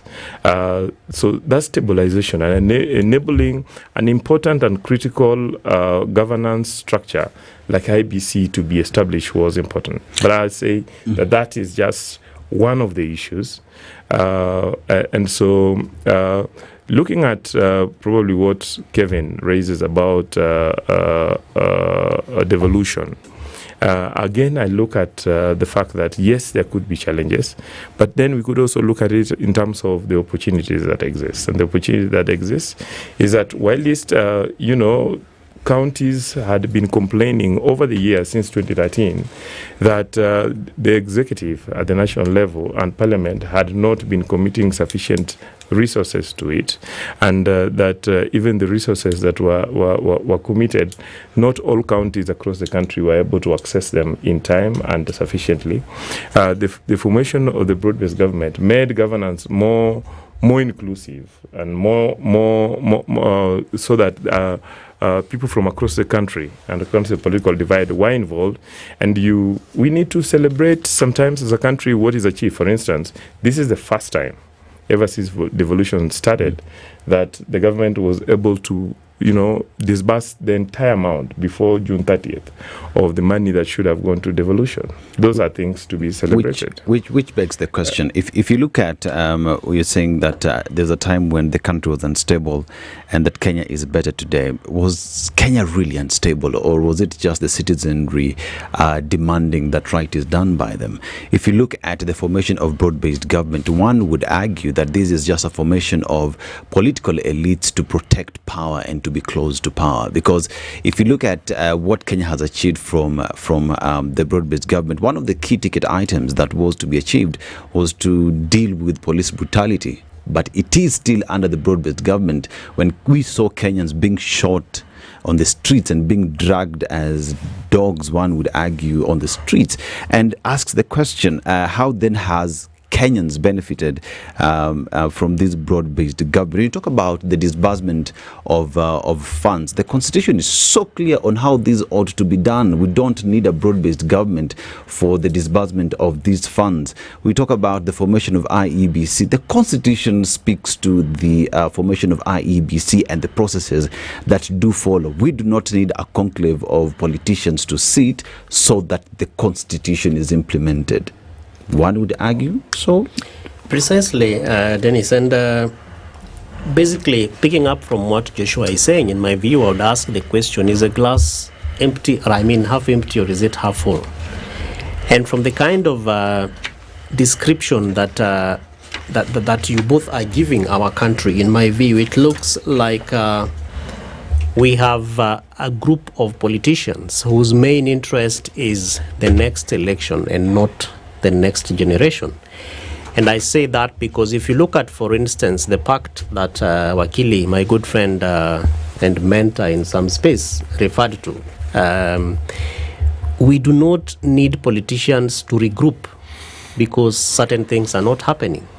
And if you look at, for example, the revised memo on the pact between UDA and ODM, which was released yesterday, is coming up largely because of failure, in my view, of institutions to be able to do their work. And these institutions, in my view, look like they are cabalized or they are being stifled by the powers that be. So that, for example, and I agree with you, Dennis, that you do not need a broad-based government for cohesion and integration to work in Kenya, because why? We have a constitutional commission called the National Cohesion and Integration Commission. But if you have a commission that has to go to parliament to beg for appropriation of resources to be able to do its work, then that is where really the rubber is meeting the road. And if you have, for example, institutions like parliament, the National Assembly, that is supposed to ensure that resources are equitably shared and sent to county governments, you do not need a broad-based government to be able to ensure that that is done. We just need proper manners, good manners for our leadership to be able to realize that, one, you are seated there on the behest and at the sovereignty of the people, because our constitution is very clear in Article 1.1 that all this sovereign power, it rests and is vested in the hands of the people, and they are surrendering it to you. And so what it means is that once you have the power, there is a day when that power will be taken back by the people, and that happens every 5 years. But why that is a challenge is so that the political class, in my view, or the political elite, is interested in protecting that space. So that if you want to get into that space, for example, they meet on a round table like this and they ask you, so how much money do you have to support this campaign? How many votes in terms of number of people can you marshalize to be able to give us a winning vote on the election, or rather on the ballot? And so therefore, there is a dented progress in terms of the leadership and democracy of this country, that we make very many strides forward.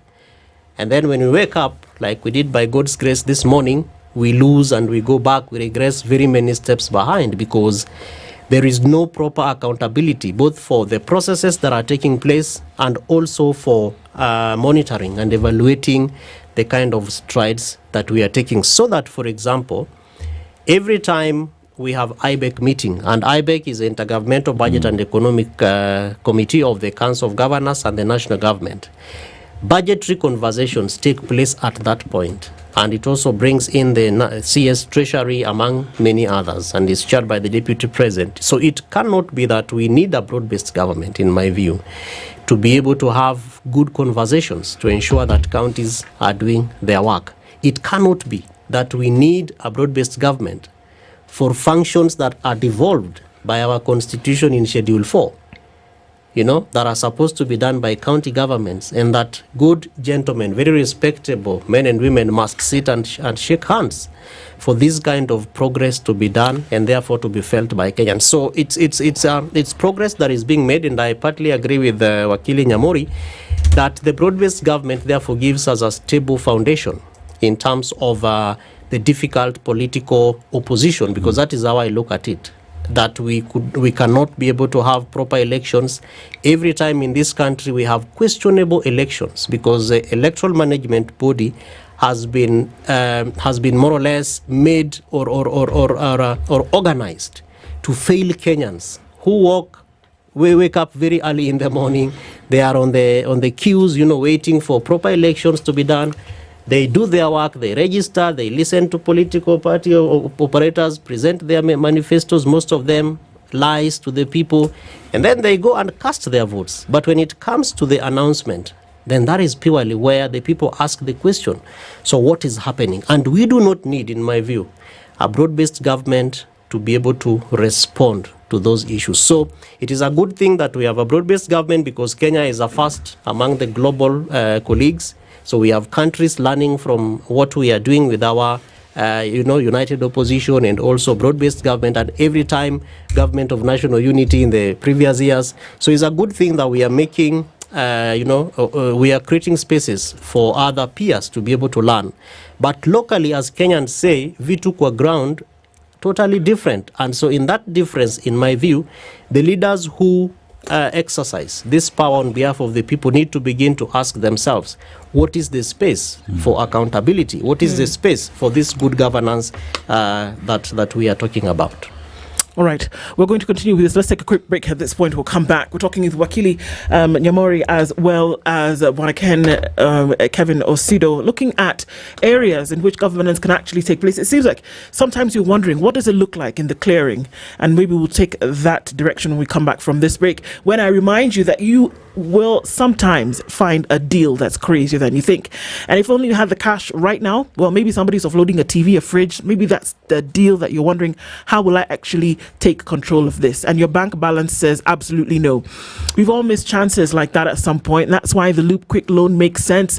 It's not just about emergencies. It's about grabbing opportunities before they disappear. It's simple. Open your Loop app, go to the Grow tab, tap Quick Loan, apply, and money hits your phone in minutes. No paperwork, no bank visits, no stress. You get up to 100,000 shillings. Repay within 30 days. It's completely transparent and easy to access with fair interest rates and no hidden fees. So whether it's life hitting you unexpectedly or an opportunity knocking at your door, you don't need to wait. Just go ahead and Loop it. It's not just an app, it's a lifestyle. Download the Loop app today. Send us a screenshot of your loan application. We could extend 5,000 shillings to you today. DM us on SpiceFM KE across our platforms, and it could be you. Download it today with Loop.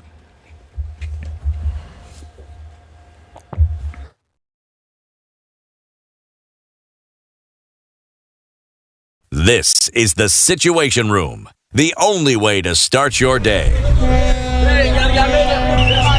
Buda, landlord amenipea deadline ya leo. Salon nayo imechelewa. Junior amekuwa msik. Yani drama iko kila mahali. Bro, wacha pressure. Loop iko na quick loan, unaweza get straight to your phone. That's right. You can now sort out unexpected expenses with a new quick loan on Loop. Borrow up to 100,000 shillings and repay within 30 days. No paperwork, straight to your phone. Simply go to Grow on your Loop app and click quick loan to apply. Na imeingia. Landlord pewa yako. Stress toka hapa. It's not just an app, it's a lifestyle. Why wait? Loop it. Download Loop today. Loop is regulated by the Central Bank of Kenya. Mature, intelligent talk every morning. Spice up yourself.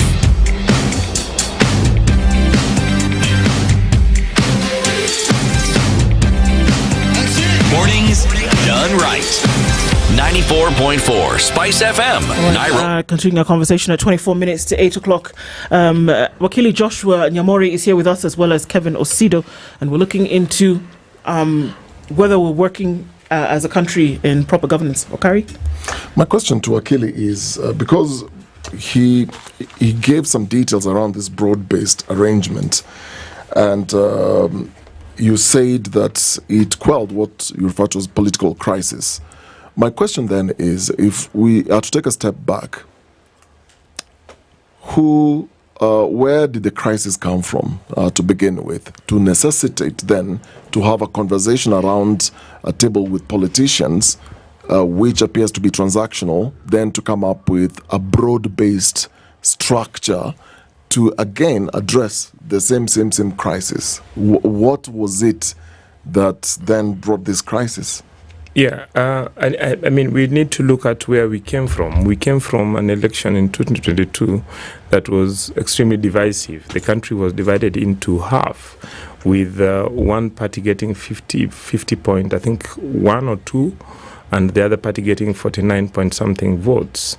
Immediately after that, we had a very politicized environment in which the party that did not form government, rejected the elections and called its members into the streets, and especially pitched around the economic challenges that were issues that were inherited from the previous government, and that were real issues facing the country at that moment.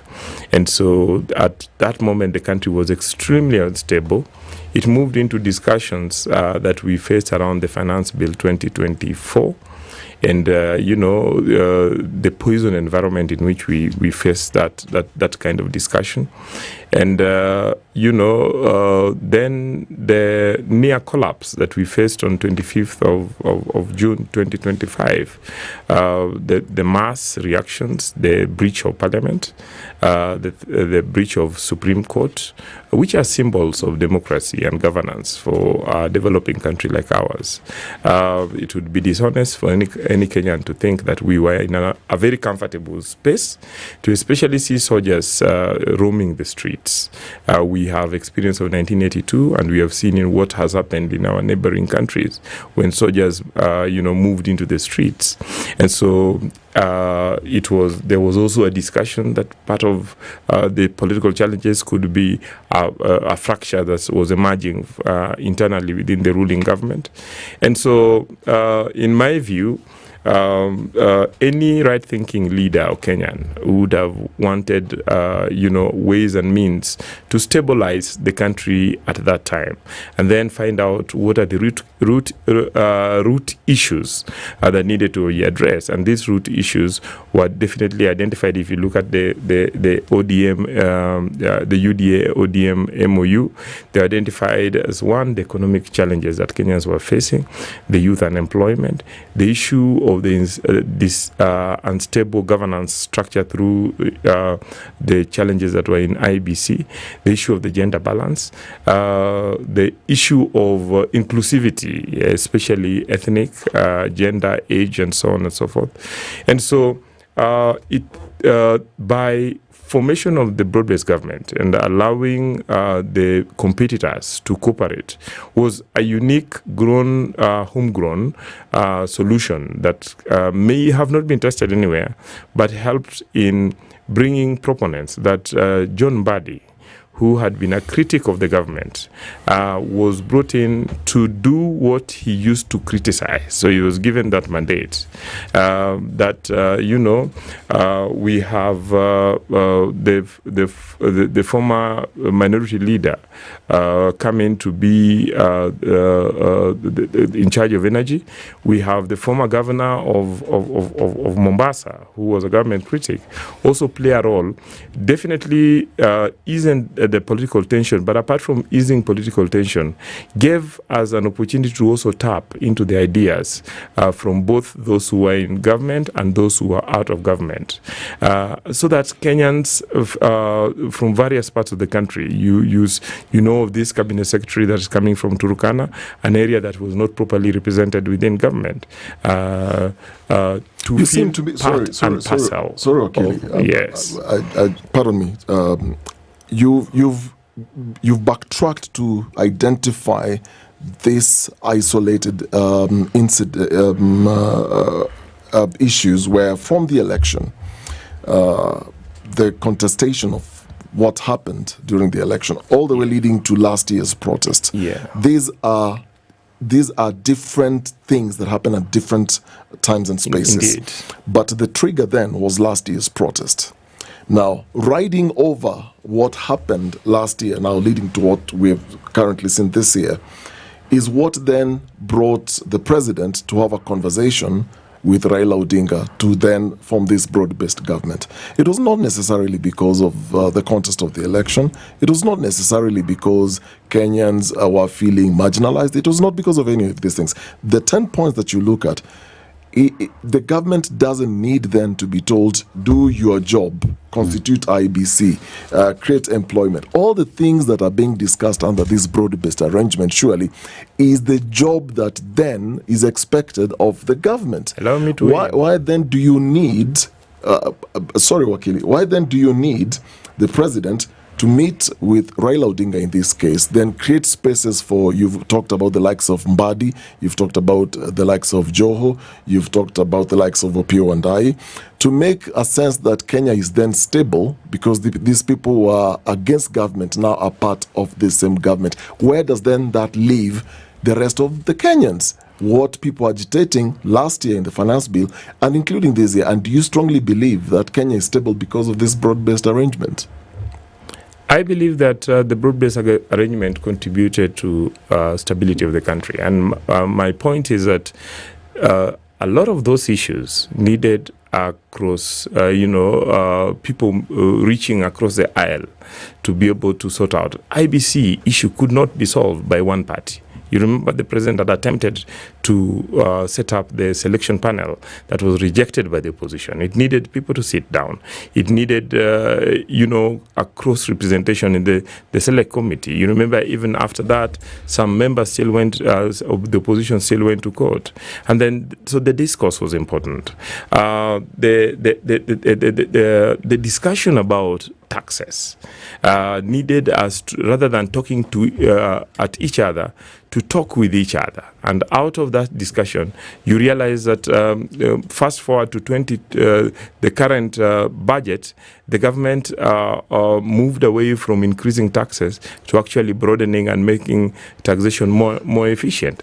Those are discussions that you cannot take in a poisoned environment. Those are discussions that are undertaken in a cooperative and collaborative environment. And I want to appeal to Kenyans that you might criticize this country, but this arrangement, but we come from a very fractious history where the winner takes it all, and the winners is not that the government has always been formed by all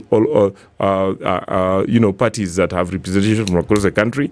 A number of times you find that just a few communities are able to meet the majority requirement and form government.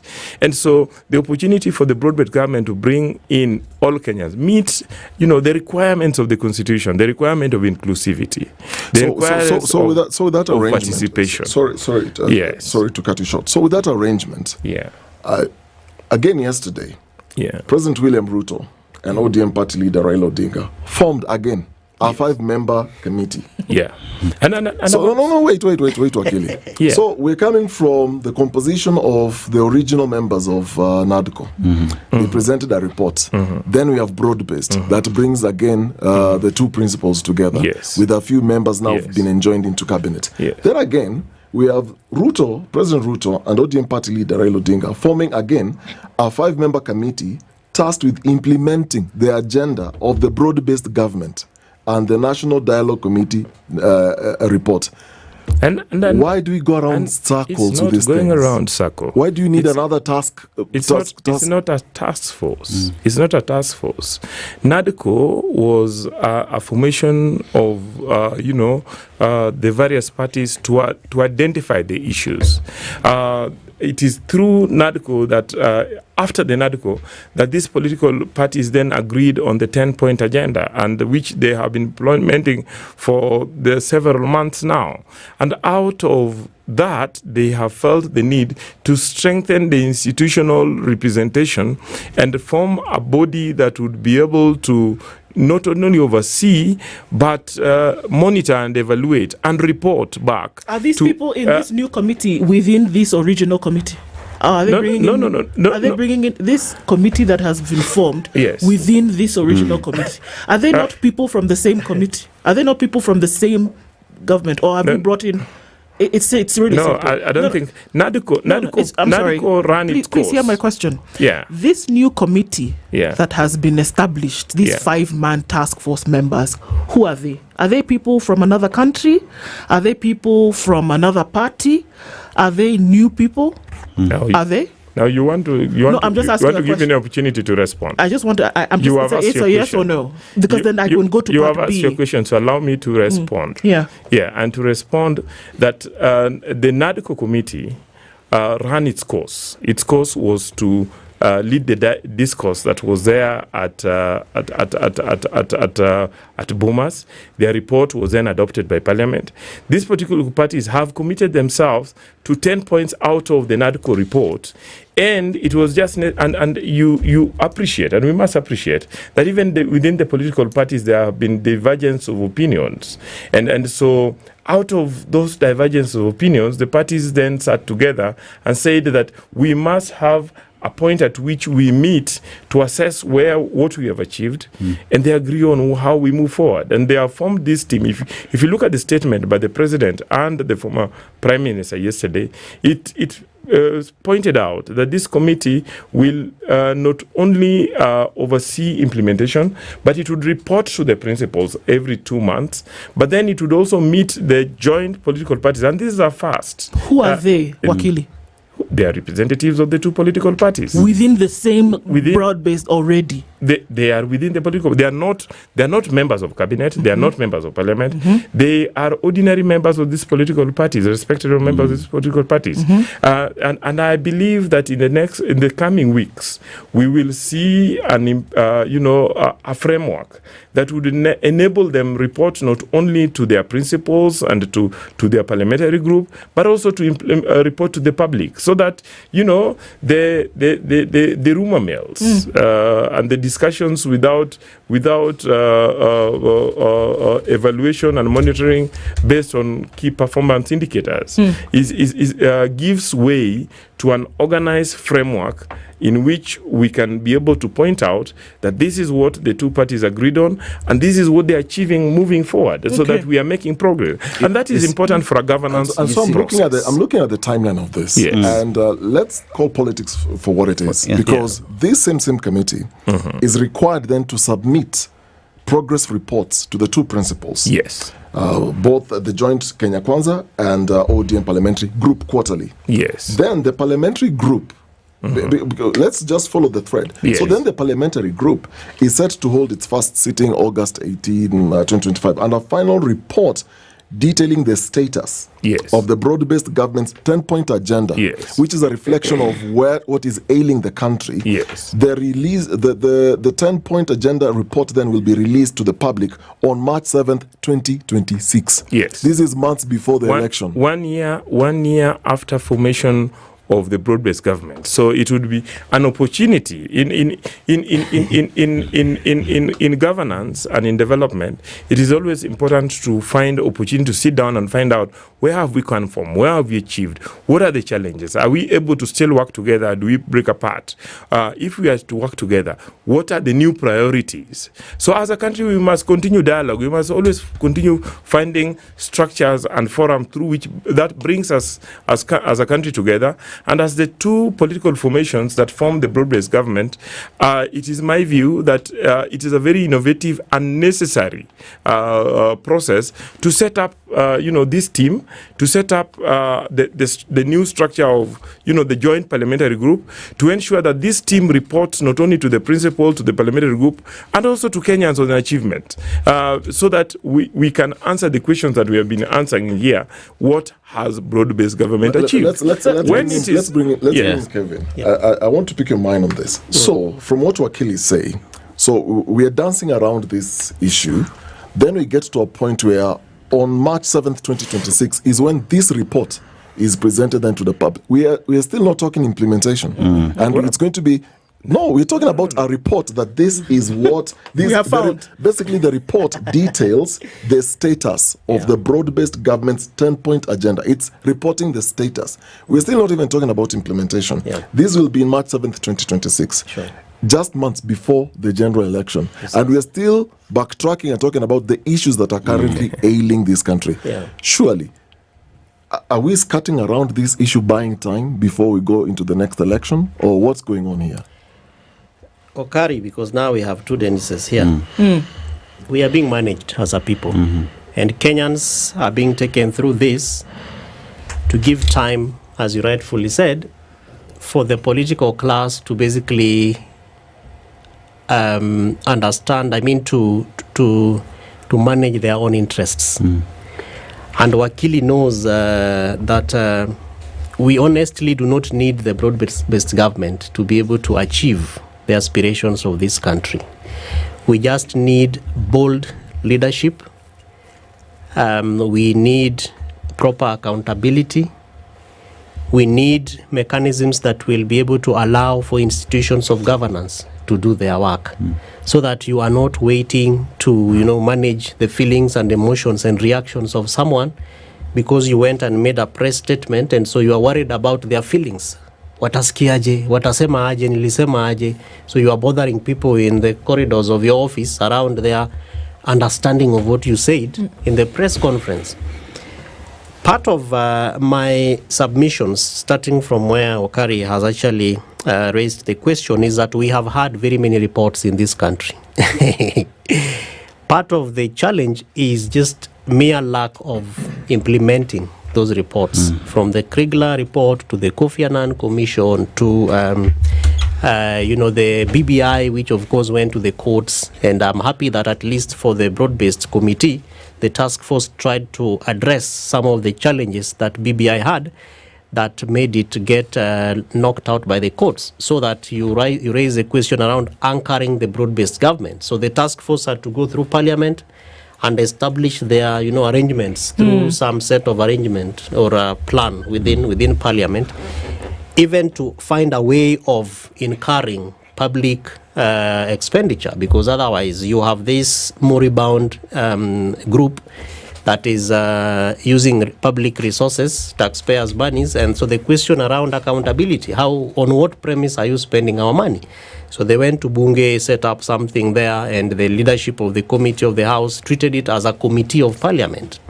Now, we cannot continue like that. So part of the challenge, and Wakili Nyamweya knows because he was extremely involved in the 2007-2008. When we began, I called him my mentor because myself and some of our friends were part of the conversations, mobilizing committees to discuss, those intergenerational dialogues in town hall meetings. And he was a main trainer in that kind of an arrangement. And so he knows that part of why we have failed as a country is because we lack a mechanism that will track progress, so that we don't have to keep forming committees. It is just important to ask the co-chair of the committee, so many years down the line or many months, what have you achieved with the broad-based government? Of course, there are a few successes. For instance, there are bills that were fast-tracked because of broad-based government, which of course we didn't have to. What was missing was just pure political goodwill to be able to ensure that these things are done. Then number two is, of course, in my view, broken promises. That you have politicians who go and tell Kenyans, this government is yours, put us in power. When we get in there, we'll ensure that Mama Mboga is seated on the cabinet, Boda is seated there, and that we'll have a discussion about us. And that once we have this discussion about us, we'll ensure how, every family will get this amount of money every month. There's no child that will go hungry. The schools will be properly done. There will be no extrajudicial killings, and we are shooting people's legs. So that the semblance of broken promises, what is happening with our values and principles around lying? When you are growing up, and we still are by God's grace, you'd be told that if you lie to someone, you would not go to heaven. So why are we not, Osido, you see, when you have this discussion, there is the aspect of the instruments and part of governance structures that are in the country. Yeah. So we talk about the constitution as it is. So let's look at a body like Parliament. Parliament, if you look at the Finance Bill 2024, Kenyans went to the streets because Parliament did not listen to what Kenyans were saying. Precisely. Let's call it for what it is. Yeah. You look at the aspect of representation, given the right to represent the Kenyans right there. You've been donated that power by the people. Talk about legislation. These are things that are not working in Parliament. Now, we're looking at forming committees to help broad-based government that one would say is not even needed in the first place. And one just asks, we have the supreme law that tells us what should be done when it should be done. Why are we keen on forming all these other bodies, yet we know exactly what it is we need to do? Because one would say William Ruto got to Raila Odinga simply because Raila Odinga had the numbers. It was not about dealing with the people. Precisely, and really, sometimes I normally ask even some of my friends who get appointed to some of these positions that what is the space of just declining and saying, yeah, this is a very good offer, but unfortunately, vitu kwa ground, the context of things will not allow me to. And of course, there are different other competing factors, and I think that you put to task Wakili properly in terms of where do these people come from? Are they Kenyans? Are they part of political parties? Who are they? And I think that's a very, very important question to ask, because it also forms part of why we do not get success from the committees. Because these people, the next time they talk to the comp principals is in February next year. There is no room for them to keep updating them and to check on their interests and to just review part of what the task force said or did in the previous years or months, to now check on what they are supposed to do in terms of what their new terms of reference are, and therefore to understand the spirit of the co-chairs. So you are struggling to meet with His Excellency the President, who is also busy running the country. Mheshimiwa Raila Amolo Odinga is also seriously engrossed in his other political activities. And by the time March 2026 is here, there is nothing much we have achieved because of pure lack of political goodwill. So it therefore means that what we need as a country is an opportunity for Kenyans to ask the right questions, which they have asked and continue to ask, and a leadership that will also be willing and ready to listen and to do. Because I agree with you, Okari, that public participation, Kenyans, we undertake this every single day. Of course, there are challenges to it, for example, that we do not have a national law on public participation. I am aware that there is a bill at the Senate that is supposed to help us deal with this, and all county governments have what is called a Public Participation Act. So it's a law that safeguards their interests at that level. But still concerns around accountability, that we came and spoke. You listened to us, but the things that we said do not even feature in your report. In the things that you're doing. Why is this happening? It's purely because Kenyans are being managed, and I think that our leaders do not consider us probably as people who need and require respect. And even part of the challenge, in addition to that, is the lack of accountability to just do what you said. So, okay, you said 2025-26 finance bill will not have new taxes, but 8 days after its assent, you are telling us mafuta imeenda juu, and we know the ramifications of the cost of fuel going up. It means productivity, it means the cost of transport, and many Kenyans are actually walking to wherever they are going to get things done. Get things done. Our time grinds to unhold. Many questions, of course, that require answers. I'm just going to give you 30 seconds, Wakili. That the question here is that if people were doing what it is that they were tasked to do in different positions, if the supreme law was being adhered to, the Constitution, would we require all these things? I mean, even before this, there was the Building Bridges Initiative. There were things that were happening before then into a new administration, now with the BBG, and then now another committee. If jobs were being done in the manner in which they're supposed to be, and if the Constitution was being followed and adhered to, would there be the need for all these things? In 30 seconds. I'm a student of constitutional law, and I can tell you there is no part of the Constitution that has been violated, and that our Constitution actually promotes continuous dialogue, people's participation. And I want to challenge Osido that if we want to, if President William Ruto, who led about 7.something million people, wants to engage the other 7.5 million Kenyans who opposed him and were in the streets against him, should he look for Kevin Osido or should he look for Raila Odinga? He should look for Raila Odinga, because Raila Odinga not only had the mandate of those 7 million other Kenyans, but he also has a structure that has membership across over 40,000 polling centers across the country. So what I'm trying to tell, I gave you a chance to speak. Now we have 10 seconds. Yes. And so when Osido cannot probate and reprobate, we have been with him in press conferences calling out governors who are not supporting this broad-based government. And so I want to call out Osido and tell him, let's move forward, let's unite this country. It is what must be done. and we must all feel part of this government. And the way to feel part of this government is that we must learn that even as we compete during elections, we can cooperate during the 5 years. And this is the experiment that the broad-based government is attempting to do. Thank you. And it's because of these that we cannot stop having these conversations necessary for us to do, because clearly there's still a lot to unpack. But we want to thank you, gentlemen, for at least starting to chip away at the block with us this morning in the Situation Room. Joshua Nyamweya is an advocate and governance and policy expert. Joined us today with Kevin Osido, governance, devolution and policy expert as well. Thank you both for being here. It's 8:02. Conversations continue after this.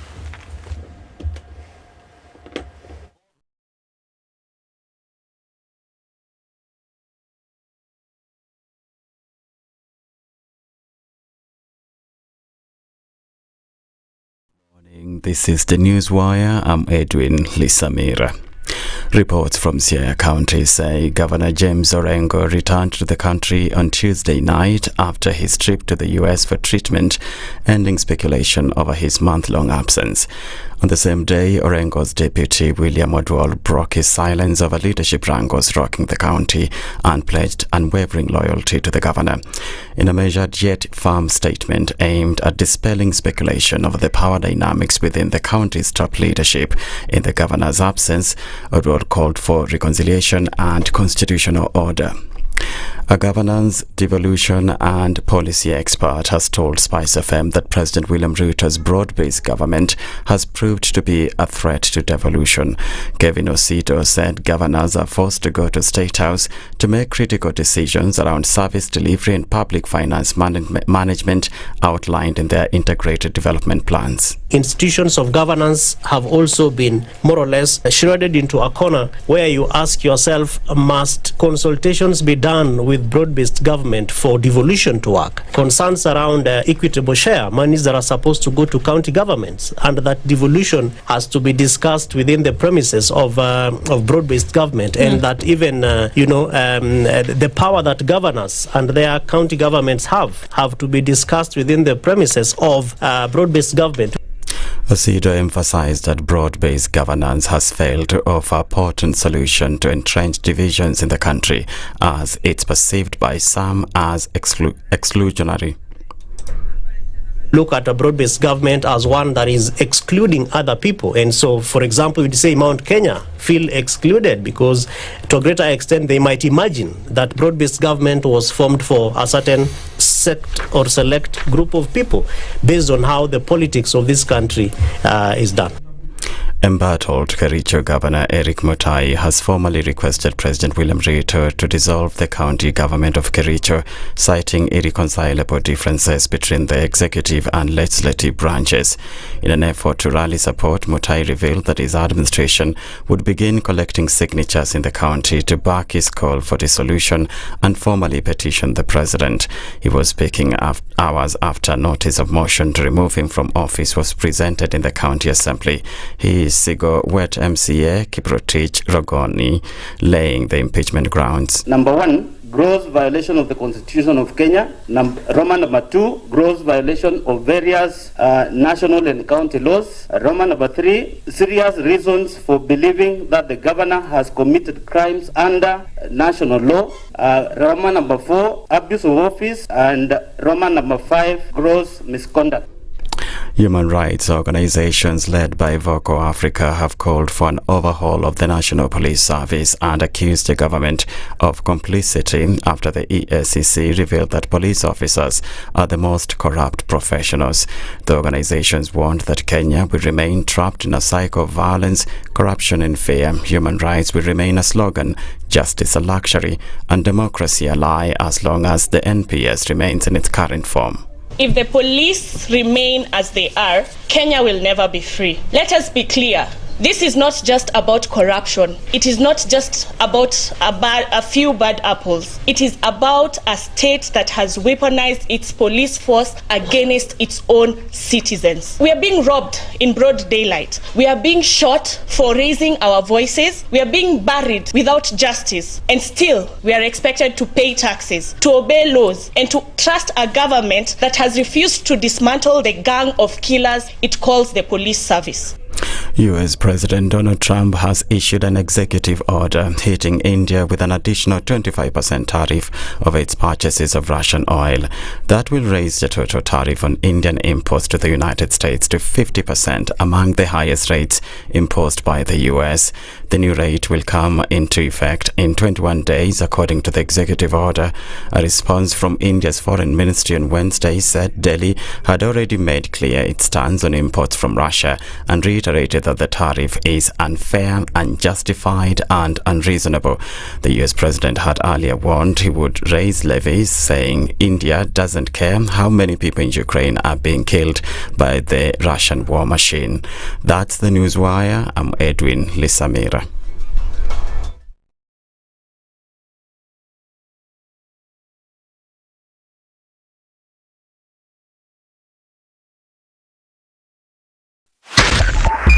.5 Spice FM, Kisumu. If we just gloss over issues and hope that time heals, then we might find that in generations to come, we might be back at the same situation. And the whole thing is born of stolen elections. Spice. When it comes to the decisions you make, you must be independent. There's no way you can allow one institution to dictate to you how you're going to conduct your operations, how you're going to decide cases. It's a no. When you weaken the institution to the point where they cannot take action, then you realize that politicians have to come up and now start dealing with the issues. That conversation has to die. Our politicians do not like the hard stuff. We must insist on the path of doing things right, whether popular or unpopular. Money changes hands. That is a fact. If you have political goodwill at the highest top, like in Rwanda, then corruption will be an issue of the past. If you don't have political goodwill at the top, we will pass laws, we will amend laws, we will continue passing laws and re-amending laws, and nothing will happen. This is the Situation Room, the only way to start your day. In this country, 6 families and 8,000 Kenyans control 90% of the GDP. We are not a country, we are a plantation. We work for Ruto. When you're telling the judges court orders are papers or they will not obey court orders, they're sitting and you're seeking orders from them. So how are they supposed to interpret it? Isn't it an oxymoron? When you see a judiciary that seems to be under some control somewhere, you start questioning. We have very powerful governors, but they don't use their offices to serve the people. If you are not shameful to do what you are doing, why should we protect you? I'm human. Everybody's human. So when you're told, kuja tuongee, I mean, you'd be a fool to say, staki kuongea today. Conversations have to be had, you know? People in leadership should only go into leadership if they are ready and willing to change the lot of the people. The Situation Room, Kenya's biggest conversation. Mature, intelligent talk every morning. Spice up yourself.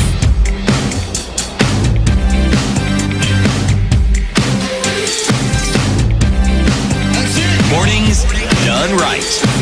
94.4 Spice FM, Nairobi. A very good morning at 10 minutes after 8 o'clock. This is the Situation Room this Thursday. It's Justice Thursday, and we're getting into a conversation this hour. Good morning, our audience. KTN, KTN, we are definitely, and then you were telling us how we are home. Yeah, KTN home. No, KTN then we have and then Safaricom home. Okay. Fiber, internet connection. Okay. So you want to stream and enjoy the show this morning, you can simply do that by simply getting your home fiber internet connection. Like I said, whether you're in Baringo, you're in Kisii, you're in Turkana, you can get the connection anywhere. There are more than 10,000 technicians who can get you sorted. If you decide you want to get this connection done, you get up to 25% discount for any of the plans that I'll mention. So you have the bronze, the silver, the gold, and the diamond plans. These are different plans depending on the speeds that you enjoy. However, you still get double the speeds for 25% discount on all of these plans. Now, the welcome package includes a free router, free installation, so you're not going to pay anything. So you stay connected, and this offer is running up to the 31st of August this year, and it's only valid for new customers. I repeat, new customers. So you want to enjoy all this, make sure that you dial up *400# or visit my Safaricom app to get connected today. Safaricom, feels good to be home. Indeed it does. And even when you're home thinking about growing your wealth, you need to equally just protect your wealth. You can imagine a situation where you've worked so hard to create this wealth. So your wealth is in this portfolio that is growing every day. But then again, one day you wake up and it is not there. Think about it. But here, Standard Chartered Priority Banking is telling you there is no need for you to struggle. There's no need for you to think about it, because the bank is here to ensure that your wealth is actually well taken care of. And let's look at some of the risks that we face. Market downturns and also just poor advice. You can imagine you've gone to a bank, you have put your money in, but then again, poor advice, one day you wake up and kaput. All your wealth is gone. And Standard Chartered Priority Banking is telling you, because we're giving you a bespoke account for you, we have relationship managers who will hold your hand throughout. It's important that we equally just tell you how to go about any risk that will be involved with protecting your wealth. And all this information, you can get it at wealth.ke@sc.com, where you will get an opportunity to work hard at building and also protecting these wealth, because you've said the time for wealth is now.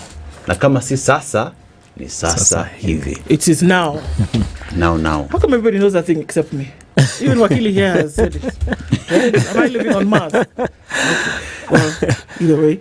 And that's the voice of Lawrence Obonyo, advocate, and also joining us with a man who says 2 hours of sleep a night is even too much.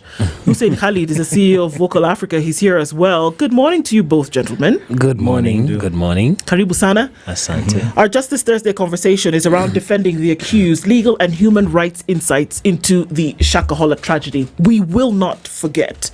If this is the platform on the space on which we have conversations around what happened to people and unearthing and trying to uncover really the causes for this tragedy, we'll do it, and we'll do it here.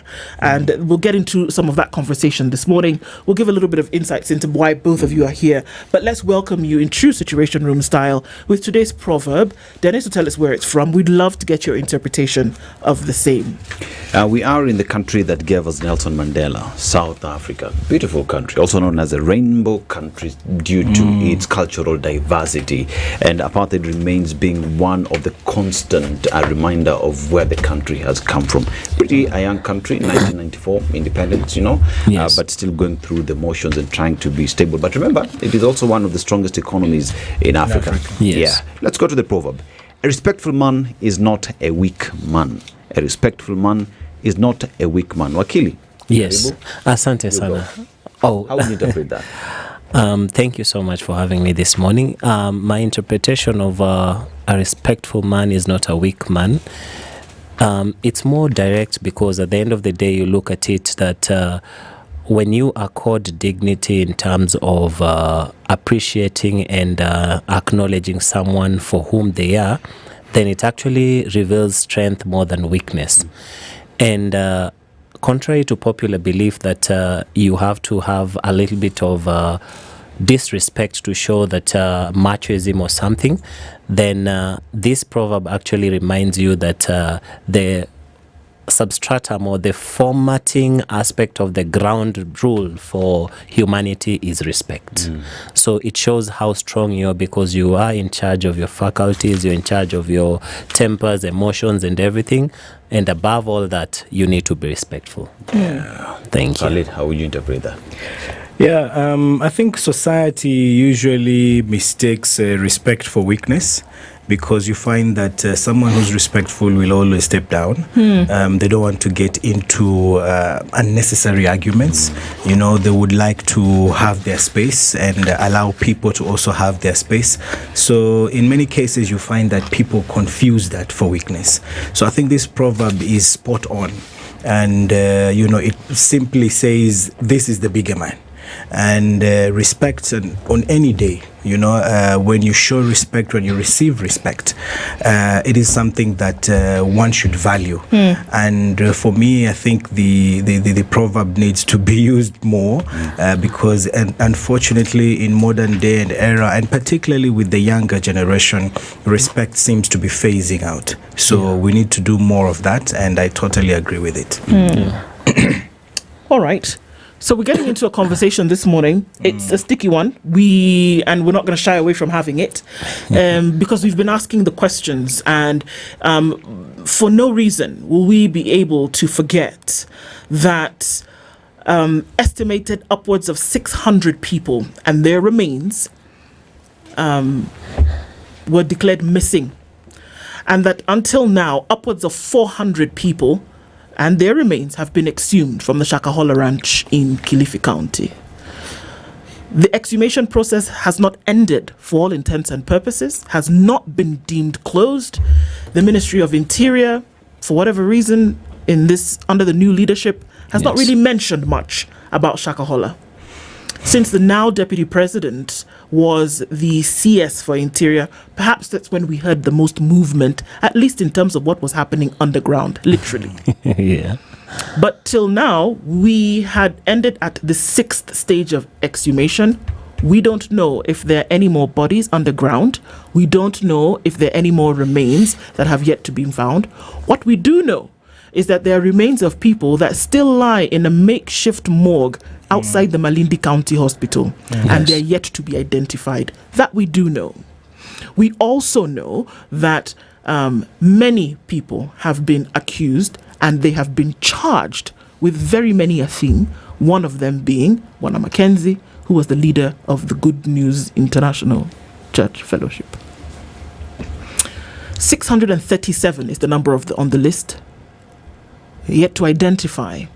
And no sooner than we have heard another story of another incident in the same county where, under the leadership of a church, that people have begun to starve themselves yet again. It is not something that we will bury underground, no pun intended, but that we will continue to speak about it and insist that, number one, justice is served and that something like this should not happen again. Hussein Khalid has been on ground several times, and Wakili Obonyo is representing those who have been accused of these crimes. Yes. We would like to get an overview from you first, Wakili. Yes. What do you make of this, if possible, to put the law aside for a minute? Yes. What do you make of this situation with the elements that I have described of people still in a freezer, some people possibly still underground, a trial going on at the same time? Yes. And we're not really hearing too much coming from the rafters in terms of what's going to be done. Thank you so much, Ndo. First of all, what I would say is that what we're looking at from you've asked me now to look at it first of all from a legal perspective, is that going by the allegations, it's quite a saddening and it's a very sad situation to look at.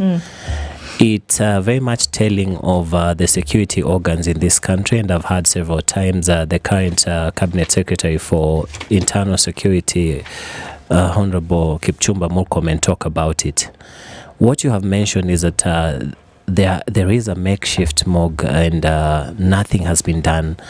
So far we are seeing a scenario where maybe my brother Khalid may speak more about this, but it seems like there is lack of capacity in terms of bringing people closer to actually getting to understand what really happened and how to go past.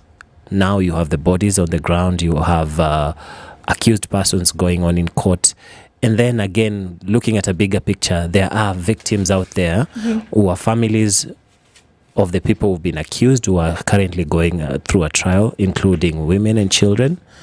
And you have people who've been displaced, and you also have a lot of businesses that have now gone under. So you have so many nuances to this particular incident that we're now referring to as Shakahola tragedy.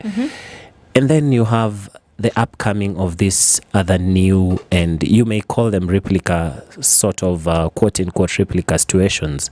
You saw what happened in Migori, we heard of what happened in Meru, and now there's a place called Kwabinzaro. So when you hear of this, then it's a bit telling of the security organs, it's a bit telling of our society, it's telling so much on even our stand on particularly religion, if we have to look at things from a bigger perspective. So what I would say in a nutshell, it's a very sad situation, and it actually gives like a very negative report on how the government is and is doing its own mandate in terms of protecting the citizenry. That's how I look at it. It sounds like a movie sometimes when we talk about these things, Hussein. And when we followed the exhumation, and every day that there were people on ground, Red Cross was there, Vocal Africa was there, many organizations were there. Media was there until they locked us out. And then now we could not now actually go in and then give reports of what was going on. But any reasons as to why exhumation stopped at stage 6? Is there any idea that perhaps there could be more bodies underground? And if so, have we seen any kind of movement, or did the process stop whereby they said we've not found anything else and it can be declared that we've gotten everything? You see, so when you go to the ground, and when we first broke this story, we had received complaints from members of families that had their kin somehow involved in the Shakahola incident. So what normally happens is you get all the witnesses who were there, and then you ask them to share with you the information that they have. And in terms of exhumation, it's where they saw people being buried. Okay. So they are the ones who would direct you to the graveyards. And with the Shakahola, they had all these different names, you know, Galilee and such kinds of places. So those are the guys who would then guide the DCI to specific areas where they confirmed that there were bodies. But then, of course, the DCI also themselves would go around to just investigate within the area if there are other sites that could probably be shallow graves. So that's what happened in the first place, and that's how it's done actually. So when they stop exhuming, it basically means all the sites where they felt or they think are bodies have been exhumed, have been opened up, and that they have confirmed whether they are bodies or not. The first time when we went there, we were, present during the exhumation, and it was a horrifying sight by any standards. I think the worst I've seen. Especially when you actually see bodies of children. Children are innocent, you wonder what wrong they did. And the way they were buried, it's like head, feet. I remember one grave, there were about 8 bodies. They just exhumed, and they were just covered in a lasso or something. And these are bodies of children? Bodies of children. Bodies of children. At most, I think the oldest that were in that grave should have been 12 or 13. And even if you look at the numbers, the bodies that Tandu is talking about at the Malindi hospital, majority of them are children. Of course, you have women. A few men. So it's really something. And of course the stench when they open up the graves, it's really horrifying. So it's something that even up to date, the community members who assisted the DCI in terms of digging up the graves are living with such trauma. I was down there, Kwabinzaro, less than, I think, about 7 or a week ago. And you could tell that the community is startled, like, oh no, not again. And the questions people are asking is, didn't we learn anything? didn't we do anything to stop this? Because Kobinzaro and Shakahola is just a few kilometers apart. It seems like the remnants, those who are, the police were slow in coming in. When we raised the alarm that people are dying and all this, it took the police almost 2-3 weeks before they actually came down and, did their investigations and they cordoned the area. And by that time, there were a number of followers who had already left that area because they heard that the police are coming, and they sent a few police officers first and then more and more. So we feel that not enough was done for the first time, and these guys moved away, not very far actually. It's still on the same road, the same route, just a few kilometers away, and now we're seeing it again. And it's just so disappointing that we would have such a an incident of such magnitude. Hundreds have died, and we didn't do anything to actually make sure it doesn't recur. Hussein, just take us to the ground, because you've been there, to understand scale. The area is still an active crime scene.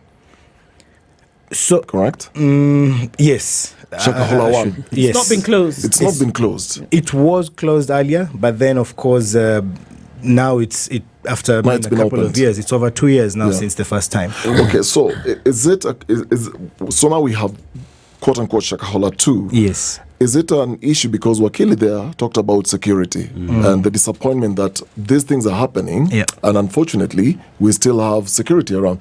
Is it a question of is it a vast area to do surveillance?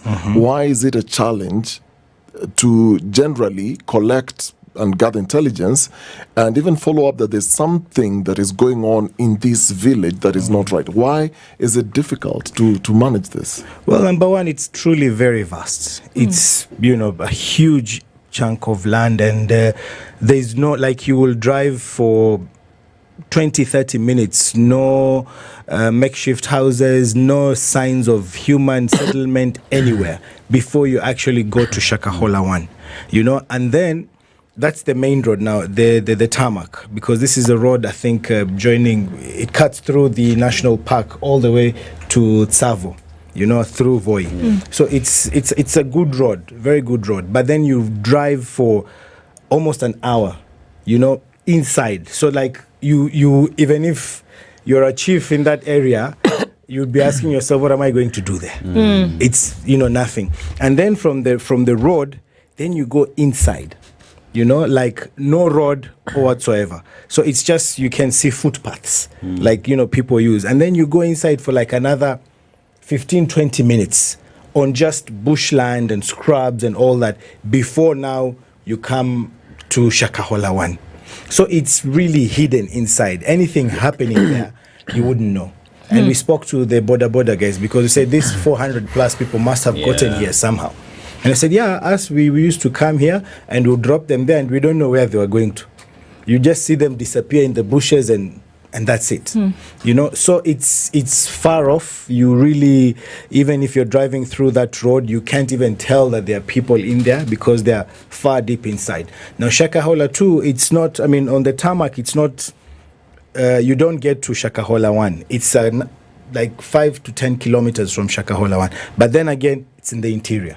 So from the main road, you'd have to drive. There is no way, if you're passing through the main road or you're standing there, or even if you started walking inside, you'll be able to tell that there are settlements in there because it's deep inside, you can't see it. So yes, it is hidden.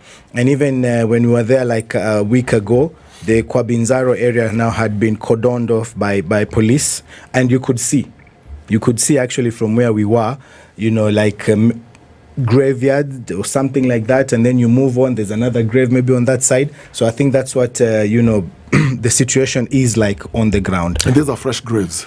These were fresh graves, and we met one father who has since been arrested, who said his 6 children, they died and he saw them being buried. But then we spoke to a number of other victims, and just from doing the tally, everyone confirming, saying, yes, my 2 children, or my wife, my this, my that, we came up with a total of 46. 46. So far. Yeah. Okay. So, but this is what the police were supposed to go and confirm from the exhumation. You see, this is a situation where, as you're saying, the border guys would drop people and would see people just disappearing in the and even when you talk about now your client's case now, Mackenzie, it's a situation where it was reported before he was arrested, then released, and all these things are happening, one would say, in the glare of the authorities, because it had been reported, but the border guys would communicate to each other. This information would be out there. Definitely. And one asks the question, even as you speak to your clients and have these discussions, at what point exactly do they get attached to these individuals? Okay. At what point do they connect? If that is something you're willing to share, because then I know what matters. Yes. Thank you so much, Dennis. You see, the fact of it is that, of course, we'll try and avoid whatever is in court, because that would now fall within a different ambit. But the truth of the matter is, what is in court, the public ought to know what is in court. It is not a fact of people dying, and it may sound insensitive, but let me just clear that up. Death is not what has brought people to court. The question is whether it was induced and how, because that's basically essentially what you're looking at in court. I can see you're moving back. I need you to repeat what is being brought to court, not the death. The main thing is that Dennis and Khalid, death is not what is being dealt with in court. We're not talking about murder or manslaughter. Those ones are separate. It's the cause of death.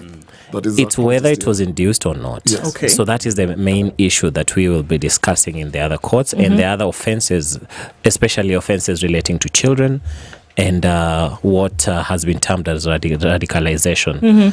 So we need to understand that even as we get information about this, it is not a question of people dying, because in every community, even where I come from, people die and we bury our dead next to our houses. There's nothing strange with that. Okay. So the question that is in court is, if we're talking about the numbers, whether those deaths were induced, how, and if culpability can be on certain other individuals. Okay. We're going to go to a break in a bit, but let me ask you this question, Yes. then, Wakili. Yes. Hussein talks about the fact that they would find graves with up to 8 children in a grave. Yes. And let's just, assume that we're talking about a different case here. Yeah. In a community, would we see 8 children dying at the same time, and then they're being buried in the same grave as a natural occurrence? I'm just wondering, in what community then would that be natural then for us to say that something normal has occurred? Do we see things like that?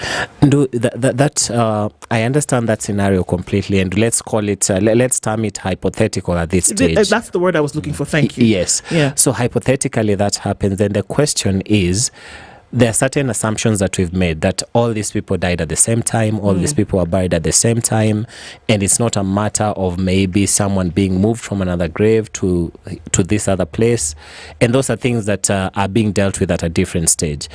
But again, the question would be, is there any offense to bury more than one person in one grave? Children? Even adults? There is none. But there is the question of, in this republic, before you bury anyone, you need a burial certificate. You have to get that from the authorities. Then the question is... A burial permit. A burial permit, yes. Yes. So here's a question where, if this was not obtained and 8 children were buried in a mass grave, the question is, how did this happen if there was no burial permit? So Dennis, on that one has been subject to what has been discussed, but is actually in court. But because some of the people have testified, if you go through the testimony that has been there, you'll realize that death certificates were obtained Not for all of them, but in most cases they were. Okay. So that's how I can leave that. I told you it was going to be sticky. We're going to take a break and come back after this. We are talking with Wakili Lawrence Bonyo, who is the defense counsel for all 92 charged individuals in the Shakahola case. You have a lot of work to do. There were 95. 3 of those accused have since passed on. Unfortunately. You and your team then are working in defense for 92 of those who've been charged. Hussein Khalid is the CEO of Vocal Africa. Of course, then having been, it's interesting that we had Shakahola 1, it was crazy. And then we're already saying Shakahola 2. Exactly. Nobody would imagine, but we are already that 46 people already. And looking into that, it goes deeper. That's the conversation that we're having this morning on Justice Thursday. We'll come back and continue with that just after this short break and then see, okay, so is it possible that folks died as a result of an order or as a result of a desire being made plain to them? We're staying out of the courts, but it's an issue that we're going to discuss anyway. We'll come back and we'll talk about that after this break. It is now 23 minutes to 9 o'clock. We'll continue after this. Thank you.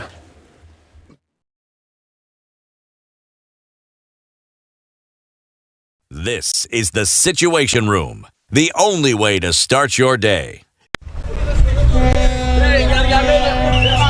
Buda, landlord amenipea deadline ya leo. Salon nayo imechelewa. Junior amekuwa msik. Yani drama iko kila mahali. Bro, wacha pressure. Loop iko na quick loan, unaweza get straight to your phone. That's right. You can now sort out unexpected expenses with a new quick loan on Loop. Borrow up to 100,000 shillings and repay within 30 days. No paperwork, straight to your phone. Simply go to Grow on your Loop app and click quick loan to apply. Na imeingia. Landlord pewa yako. Stress toka hapa. It's not just an app, it's a lifestyle. Why wait? Loop it. Download Loop today. Loop is regulated by the Central Bank of Kenya. Mature, intelligent talk every morning. Spice up yourself.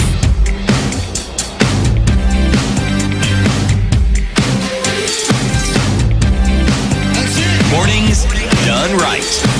Our conversations continue this morning, and we're looking into the Shakahola tragedy, and now not Shakahola 1 but Shakahola 2. My hope is that it will not be tripartite, and that we will not go into any more numbers after this. But this is the conversation that we're having this morning, and then looking into the legalese of all of it, and then also, so let's do the hypothetical again, Wakili. Yes. And say, hypothetically, there is a religious organization that has a leader. And according to what the congregants or the followers, as they could be, have said, is that we were told or we've heard that the way to get to heaven quickly or quicker was to then deny ourselves certain things. One of these, in this case, being food.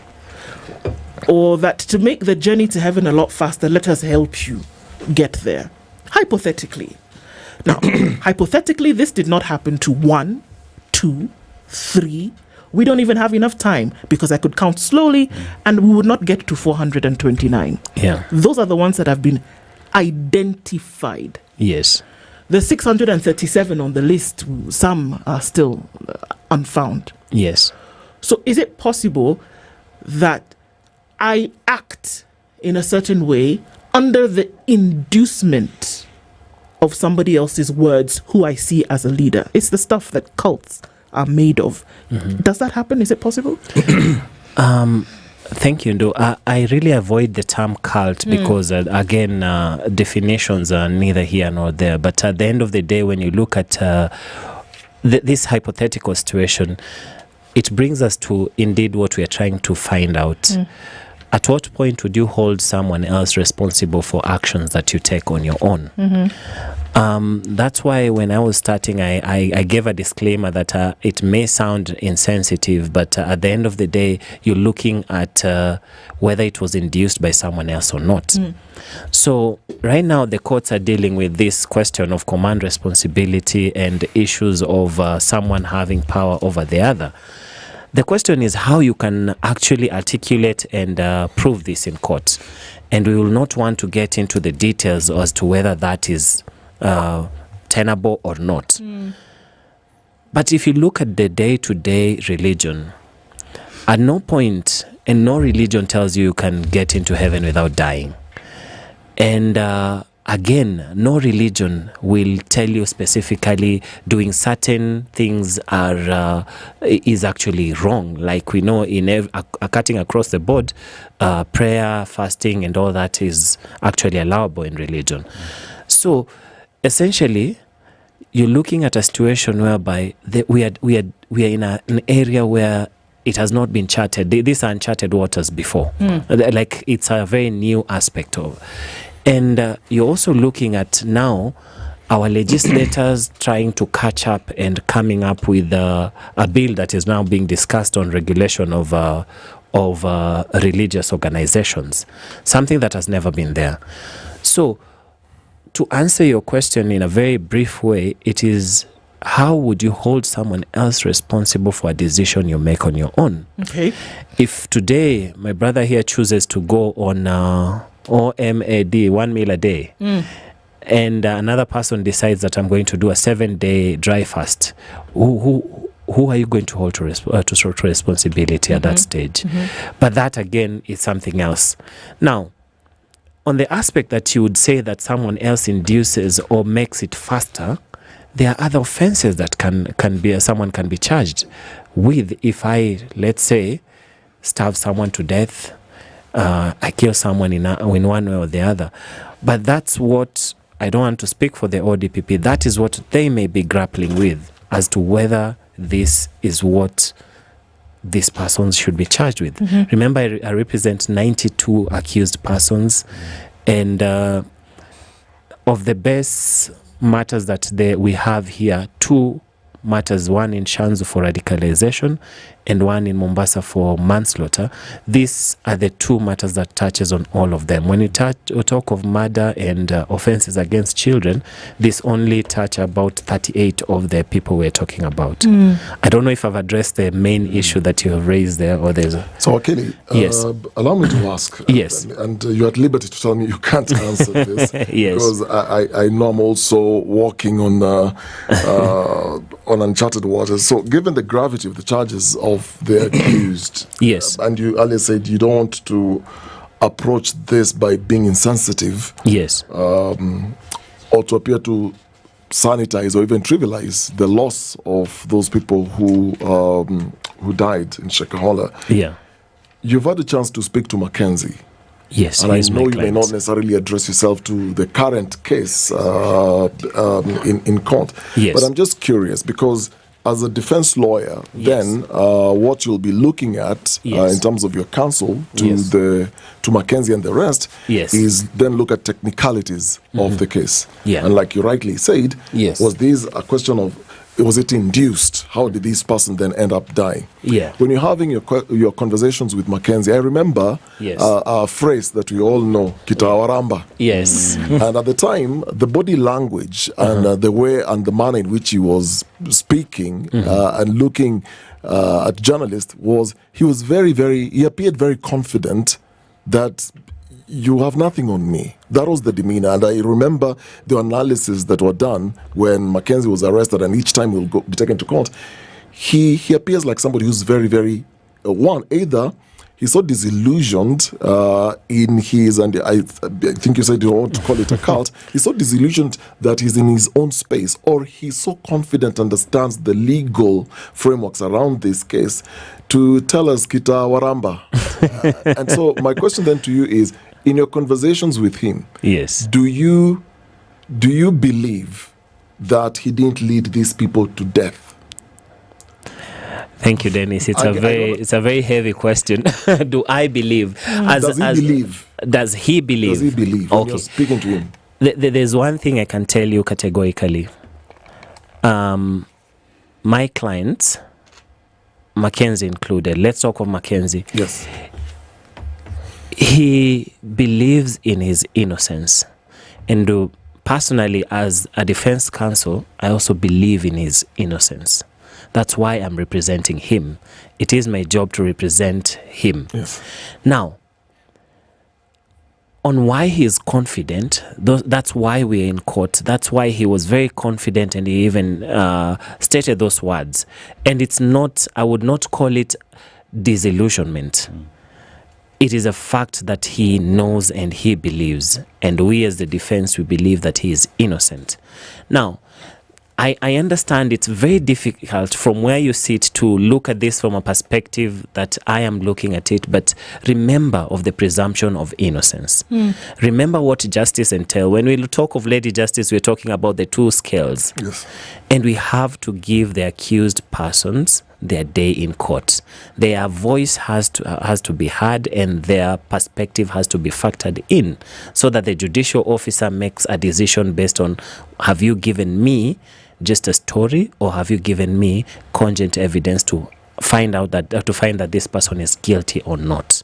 Now, that is one aspect. Number two, when you look at the court of public opinion, people are met with this aspect of people died, this person was the leader there, this person was the one who brought them there, and these deaths were induced. To the general public, this is through and through. It's done and dusted. These people are guilty, and it is upon them to now prove themselves innocent. So it's an uphill task for them. But if you look at it properly, then you find that there's a bigger spectrum. There are children of these accused persons who are out there. There are children of the deceased persons who are out there. These children are suffering a great injustice by their parents being in incarceration in one way or the other. And these children are basically innocent. And they've been left or scattered across children homes or wherever they were taken to, rescue centers and all that. So this, or with relatives whom they don't know. So this is what we need to be looking at as a bigger picture, the people who were left behind. And when you look at the how, that is what we're dealing with in court. But presumption of innocence is what I would plead on. Presumption of innocence until proven otherwise. Well, the law gives him that. Yeah. You're right, the law gives him that. Have you listened to his summons? Yes, I have. What do you think of his summons? As part of what we're doing as a defense. And not as a lawyer. I'm just saying, generally speaking, when you listen to his summons, because I have. Yes. What do you make of his teachings? I think how you take in religion and summons of someone is very subjective. I would call it very subjective. Because I would wake up today and tell you that the preachings of Pastor X or Sheikh X is what I don't agree with. And you see, every teaching, every extrapolation of the word is based on a religious text. So it is me reading the headline today and giving it my interpretation, you reading it, giving it your interpretation, and then there's a general consumer out there. The consumer will be left now to deal with whom do I believe. But again, this consumer has an option of reading the word for themselves. So I've heard his sermons, I've looked at some of what he's put out there, and my take is that looking at it, the final decision rests with the consumer. So here's a question where you will speak about your client. Yes. I want you to speak about the victims, because I know that you can. So here's a question where if you speak to those who lost their loved ones, those whose loved ones are missing as you speak today, both in Shakahola 1, Shakahola 2, and you ask them in terms of who is it that you think caused this death, what do they tell you? So, first of all, and even connecting your question with what Okari was asking, you see, there are two facts here that we have to differentiate. There's the legal understanding and there's the layman understanding. The layman understanding, someone may be absolutely guilty of an act of omission or commission. But legally, if it's not written down that these are the elements of that crime, then that person is not guilty. True. And in criminal law, of course, you have to prove guilt beyond reasonable doubt. True. So this is because we were there when we were beginning this court matter and thinking of how we would, what do you charge this guy with? can be murder because you have to be there, you have to have induced and all that. Must be a murder weapon and all that. So in law, there has to be a specific crime that has been, noted down either in properly codified. Codified, whether it's in the penal code or whatever, that says if you lead a cult and people in that cult end up fasting to death, then you are guilty of a crime called this and this, punishable. It has to be very clear. So then if there is such a law, then you can charge that person and say, here it is. This is this law, section this and this, so you're guilty of this. But that was the challenge. I remember at that time when we broke this story, the DPP came down and others all, and we're like, how? I mean, this guy has done such horrendous things, but what do you charge him with? Where is it in law that says if you preach, because you can't force someone to follow you. It's your choice. Religion is something you decide, I will follow this religion. And you see, the understanding at that time, as you're asking, because a good number of those that are being charged now, we hosted them for a number of months as Vocal Africa. And they were actually supposed, the DCI said we are assessing whether these guys will be witnesses or whether we would charge them. And then in the end, they decided to charge them because they were fasting, and they wanted to die wherever they were being kept at the safe house and all that. So then they decided, watu bado wanaendelea kufast, it seems like, so they decided we will charge them. For us, in the court matter, we were representing the victims for quite a while until I just learned from counsel here, until our advocate has been missing sessions. But the fact remains that whatever happened, these families did not deserve to be in that situation. Who is guilty could be the state, who is guilty could be Mackenzie, but at the end of the day, someone must be held accountable. And for me, it's very clear. The state failed. Security officers, there is no justification. It's no excuse that this place is vast and all that. You're a government. You should have been able to tell. People were dying. People were being buried. How is it? We're not talking of 10, 20, 30 or 40. Hundreds of people. So where was the state? So these are questions that we all need to find answers to.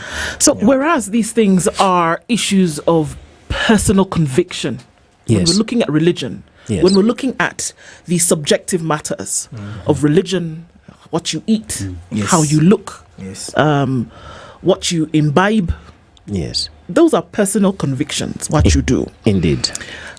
And at the end of the day, you making the decision is you. Yes. I don't know that we can make that same assertion when it comes to children. Correct. Under the age of 18, who science has told us, and whether you want to look at sociology, whether you want to look at psychology, or even the law itself has told us that because of their makeup, they are unable. This speaks to capacity. They lack capacity. They lack the capacity to make life-altering decisions on their own because of the formation of their brain, their mental capacity, and all of this. Yes. They lack that. Yeah. So, and this is where I want to focus on right now. Yes.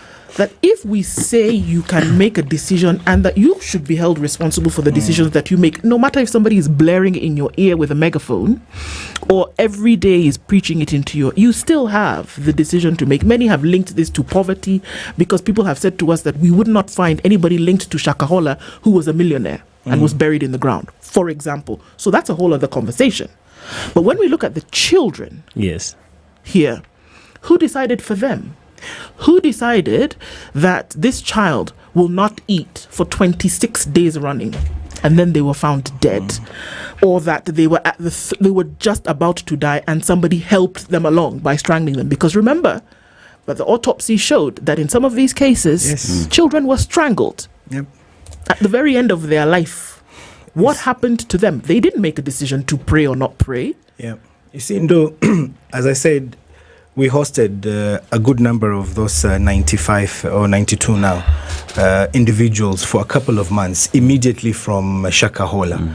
And we lived with them for like 3 or 4, 5 months. And the stories we heard from them, for them, it was like you're dying in prayer.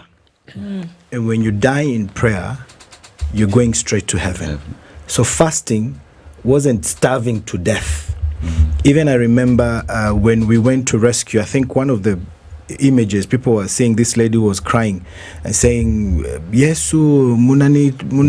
If you remember such words. You see, for them, they kept telling us, Tuliambiwa. We were told that people will come, agents of Satan, to get us away from, this particular cause. We're dying to go to heaven. And they refused even to take water or stuff like that. So for the children, and I remember a very sad story, this man went and he was looking for his child because he was told that the wife had actually gone to Shakahola and he had heard that people are dying. So he went there and he was really insisting that he wants his child. If the wife wants to stay, that's fine. Me, I want my child, And the church guards were like refusing to let him in. So he said, I'm not living here. Kama mutanipiga, munipige, nikufe and all that. So they started beating him, but then he refused to leave. He said, I'm not living here without my child. Eventually, they decided to take him to Mackenzie, according to him, his story. The guy is in Malindi. And then when he went there, Mackenzie ordered, wacha aende angalie. Now this guy is telling us wherever he was taken, there were children, in a place. The way you put kettle, alafu you have the thorn fence around it. And then there were a number of children in the middle there. And they looked like they had been there for a number of days. They were so weak because they were not even the crying was so low. Labored, So this is what they were doing. They were starving those, and he said he just couldn't stand it. What he saw. And then he was asked is your child there?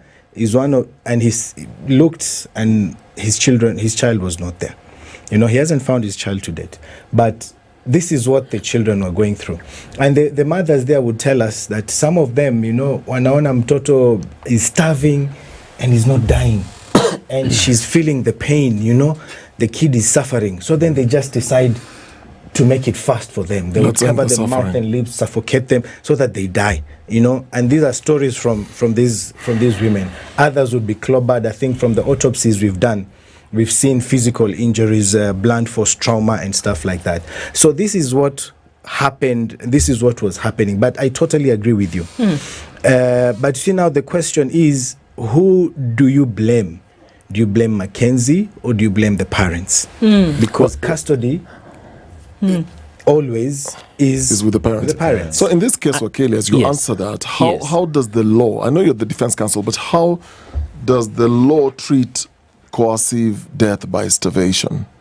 Thank you, Dennis. If I can address your query just after dealing with the one who has raised that my brother Khalid has mentioned, there will be a lot of stories. And indeed, I cannot fault the human rights organizations and the rescue people went on the ground. But factually speaking, some of these stories remain as stories. Okay. Yes. So indeed, someone may say all of that, but when it comes now to what is coming up in court, and the good thing that nowadays is that with proper procedures, court proceedings are recorded, and the media is also allowed to report what has gone on in court. And you will notice that some of these stories did not make it to court, and some of these things remain in the public domain so that people have a different perspective of what happened, as opposed to what can be actually factually proven in court. So this is the aspect that is very difficult for us, but it's a reality. You cannot change what is in the public opinion in terms of telling them that factually this is not correct. This never happened and this is just someone's story. Maybe they're just making it bigger for their 15 minutes of glory or something like that. We cannot say that. Now, to answer your question, there's this question of the children. And being a children's lawyer, let me tell you honestly, the children lack capacity. The guardian or the parent has 100% responsibility on what happens or decisions that, whether positive or negative, on the child. So indeed, where you can say that offenses and atrocities that happened against the children, they are directly, if the child live with a guardian there, they are directly linkable to the parent. So the parent has to be answerable to that. And that is something that is difficult to run away from. Remember, even a child at their lower age, they cannot choose religion. Most of us, even religion was chosen for us. You don't get to that point that before you get to the age of majority that you get to choose to be a Muslim, Buddhist, Christian, or anything. Right. So this is chosen for you. So this again goes with the parent. The parent has to bear responsibility for what the child decision that affects the child. Now on to the question that you had asked about. Sorry, could you repeat? Also, how does the law then address itself to coercive death by starvation? Yes. So, generally, coercive death, you would be looking at either murder or manslaughter. Manslaughter is where you never had intentions, but a death occurred.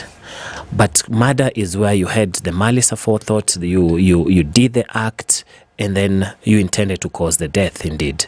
So, when you look at these two, there is none that is actually codified straight to the point of denial of sustenance.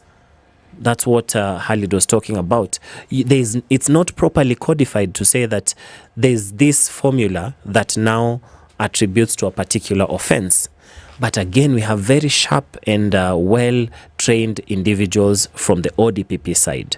They are lawyers just like we are. They know how to show and point out to the aspect of coercion, to the aspect of this death is not a naturally occurring death. This death was induced by so and so.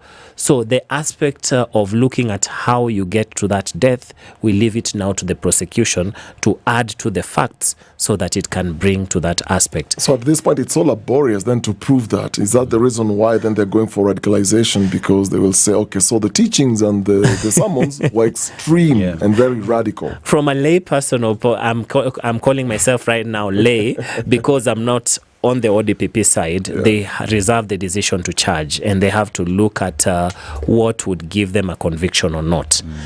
Personally, I would look at the whole of this as being very difficult, and I agree with Khalid that indeed someone has to be held to accountability. But who is this person? Is it a case where the government is trying to pass the baton to someone else that you're the one who's supposed to be responsible? Is it a case of a decision that was made by an individual for his or her own family, and then they want to blame Dennis Okari or another Dennis here? They want to say that you are the one who made me do what I did to my child, or you are the one who made me do what I did to my wife or to myself. Those are the questions that now people are grappling with on the other side. But factually speaking, atrocities that happen and offenses that happened against children, denial of their basic rights to education, and even things that talk about death, though I would wish to distance myself from the issues that my learned brother has indicated, that other people are clobbered, people are asphyxiated, strangled. We are yet to see that. All right. And this conversation obviously continues because this is an active court case. And unfortunately, there's an active Shakahola too. And folks are asking, why are we having this conversation that's in history? It's not history. It's present. It's current. And these are sadly, the elements of our times. Indeed. We'll look into them and continue. Thank you for being here this morning, both of you. Thank you for having us. And for being so objective in this conversation. Always necessary for us to do. Hussein Khalid is the CEO of Vocal Africa. We've gone over time, but necessary for us to do. Lawrence Bonyo, advocate, and has been with us this morning on Justice Thursday. The conversations continue. Asante Sana. Thank you. It's 9:05. Good morning. 94.4 Spice FM, Nairobi. One of the things that are ailing our country is negative ethnicity. You find you as a state officer, instead of thinking as a Kenyan, you think like a tribal person. Let me tell you something. The biggest problem we have had in this country is a leadership deficit. There is nothing that you are going to do in the process of change if you are not a risk taker. So you really have to pursue your vision to a logical conclusion and even be ready to step on people's toes. When it comes to the economy, you can't run away with it. They say statistics are like bikinis. They reveal a lot, but they conceal the vitals. And so government people would throw statistics at you and tell you they're revealing a lot of information to you, but it's really concealing the real vitals.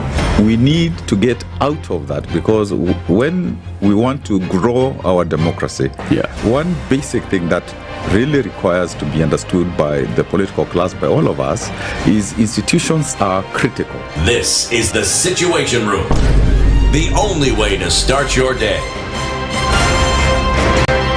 If we just gloss over issues and hope that time heals, then we may find that in generations to come, we might be back at the same situation. And the whole thing is born of stolen elections. Spice. When it comes to the decisions you make, you must be independent. There's no way you can allow one institution to dictate to you how you're going to conduct your operations, how you're going to decide cases. It's a no. When you weaken the institution to the point where they cannot take action, then you realize that politicians have to come up and now start dealing with the issues. That conversation has to die. Our politicians do not like the hard stuff. We must insist on the path of doing things right, whether popular or unpopular. Money changes hands. That is a fact. If you have political goodwill at the highest top, like in Rwanda, then corruption will be an issue of the past. If you don't have political goodwill at the top, we will pass laws, we will amend laws, we will continue passing laws and re-amending laws, and nothing will happen. This is the Situation Room, the only way to start your day. Waliletea fujo Moi mpaka wakapata cooperation. Wakakuja wakasumbua Kibaki mpaka wakachukua nusu mkate. Wamekuja wakazungusha Uhuru hapo mpaka wakaenda na handshake, program yetu ikapotea, BBI ikaendelea, tukazama, tukaingia kwa madeni. Sasa mimi nimewaambia, hii serikali hii, mimi nawaambia hii serikali ni ya mahasla. Hakuna nusu mkate, hakuna handshake, hakuna hiyo borojo. Jana nimeona wale wazee tulishinda.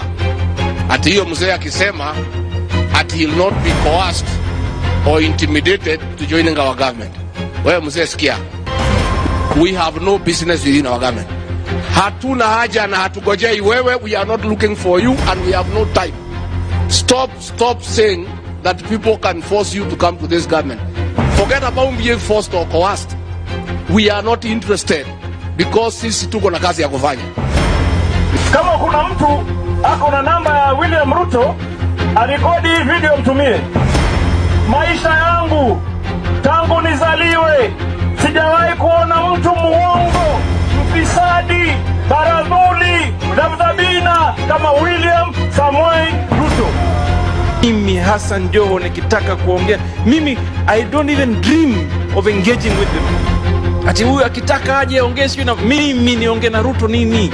Mimi nikamtafute atanipa nini?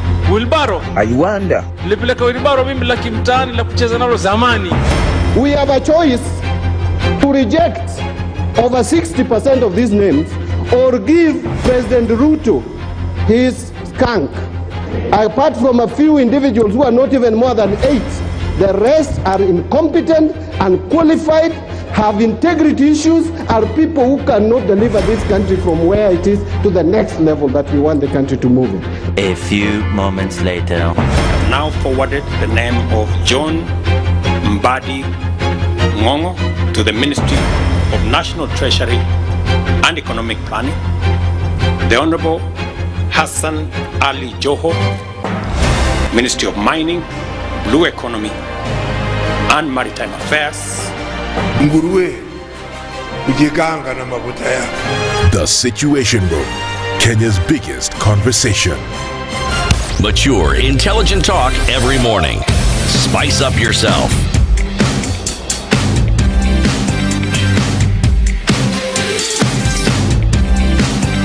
Mornings done right. 94.4 Spice FM, Nairobi. 10 minutes after 9 o'clock, we continue with conversations this morning. And even as we do, talking about being connected, Dennis? Yes, this August, it's a great month, by the way. Though July has, for some strange reason, decided to extend its mandate.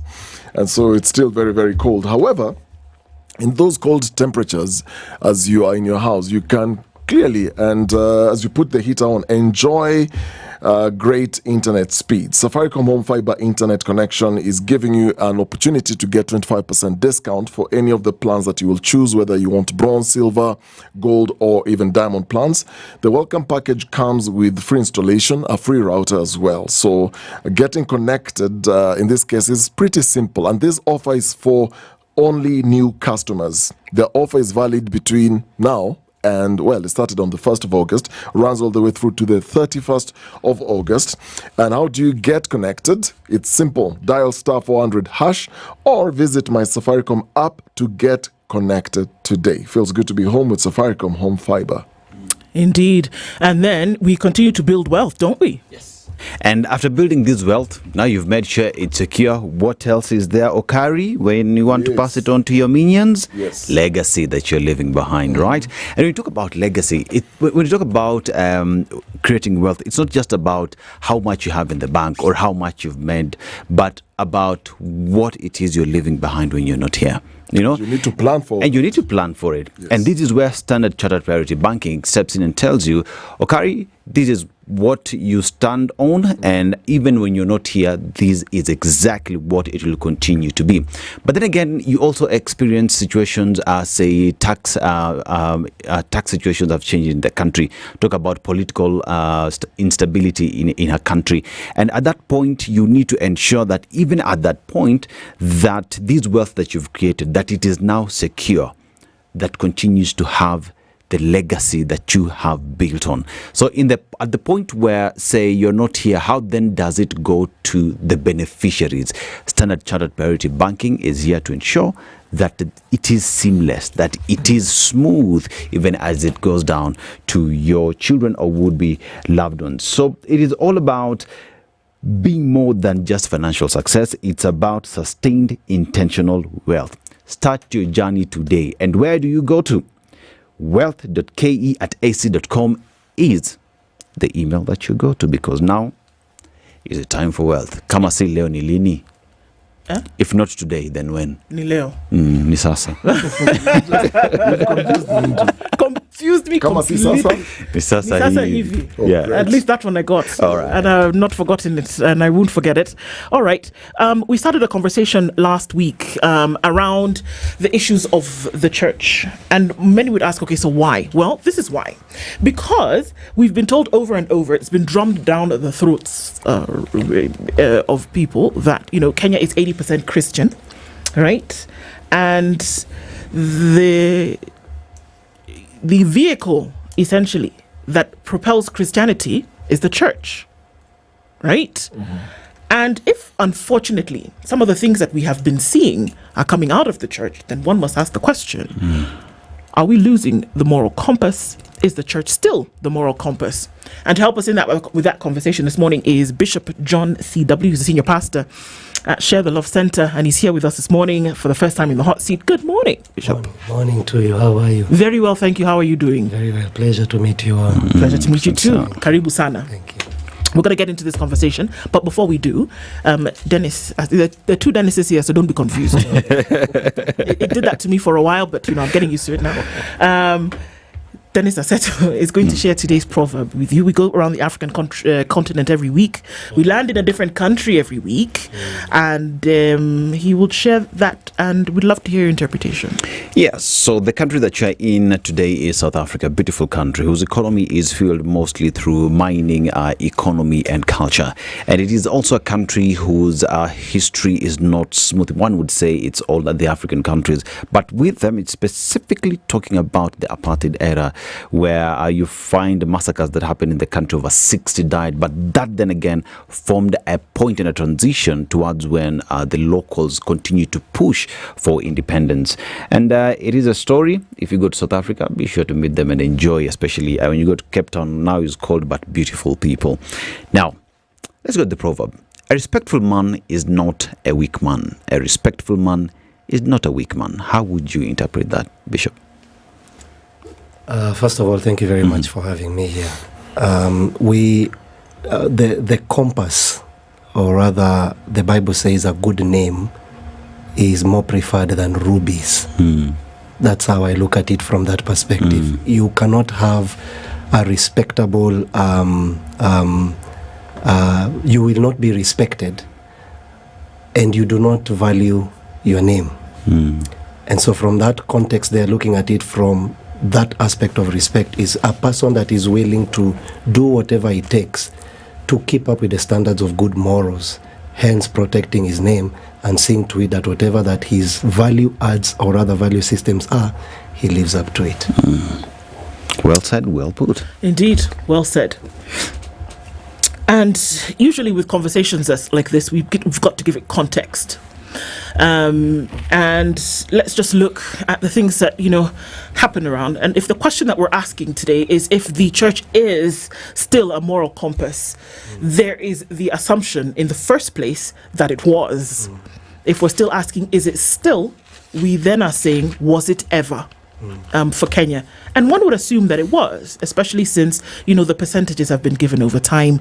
There's a national prayer breakfast, which indeed are all religion inclusive, but the church has actually been put front and center in terms of the moral compass for the country. But in the recent past, we've been hearing horrific things that unfortunately have been coming from the church.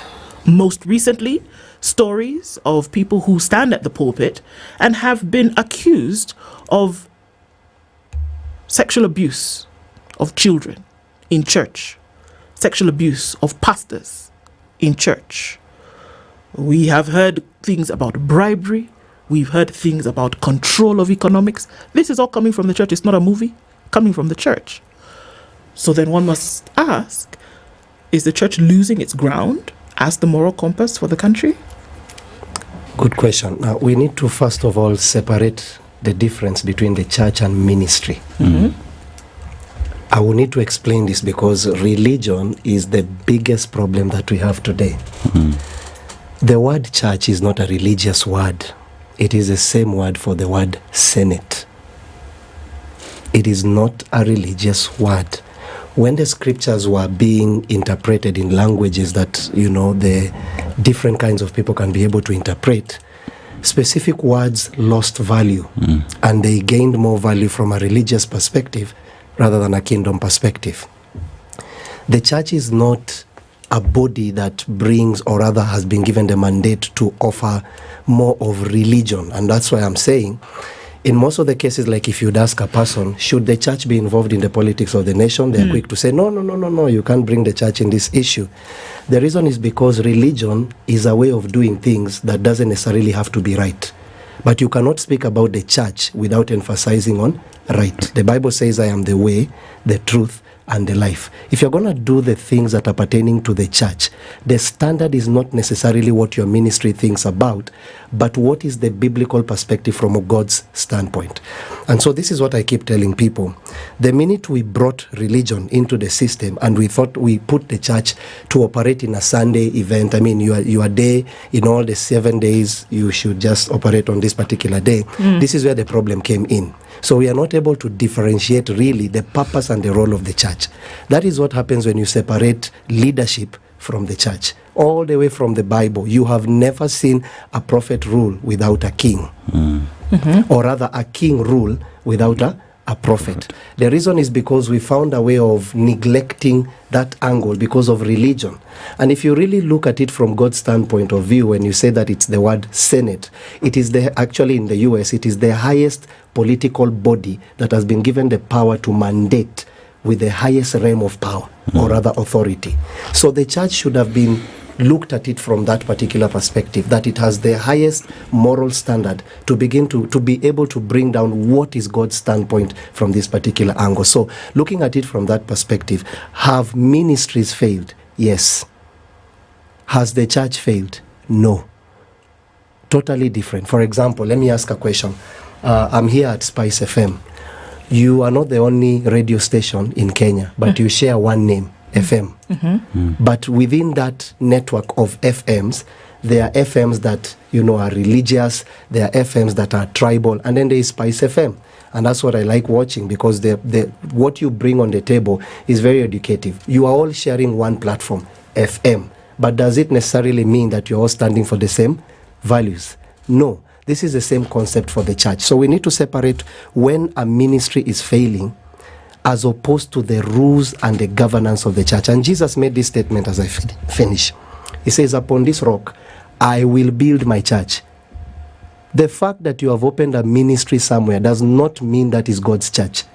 And God's church cannot be built by anyone apart from Jesus Christ. I will build my church, and the gates of hell shall not prevail against it. So when you begin to see gates of hell, things like molestation, things like, tribalism, things like that begin to penetrate into the church, it's telling you it's not God that is building. Because the proof that God is building the church will be known by only one thing: the gates of hell will not prevail against it. So when you begin to see things like molestation, those gates are prevailing. It means that is not the church of Jesus Christ. So Bishop, a quick question. You've defined what the church is, and you've also then interchangeably used the term ministry.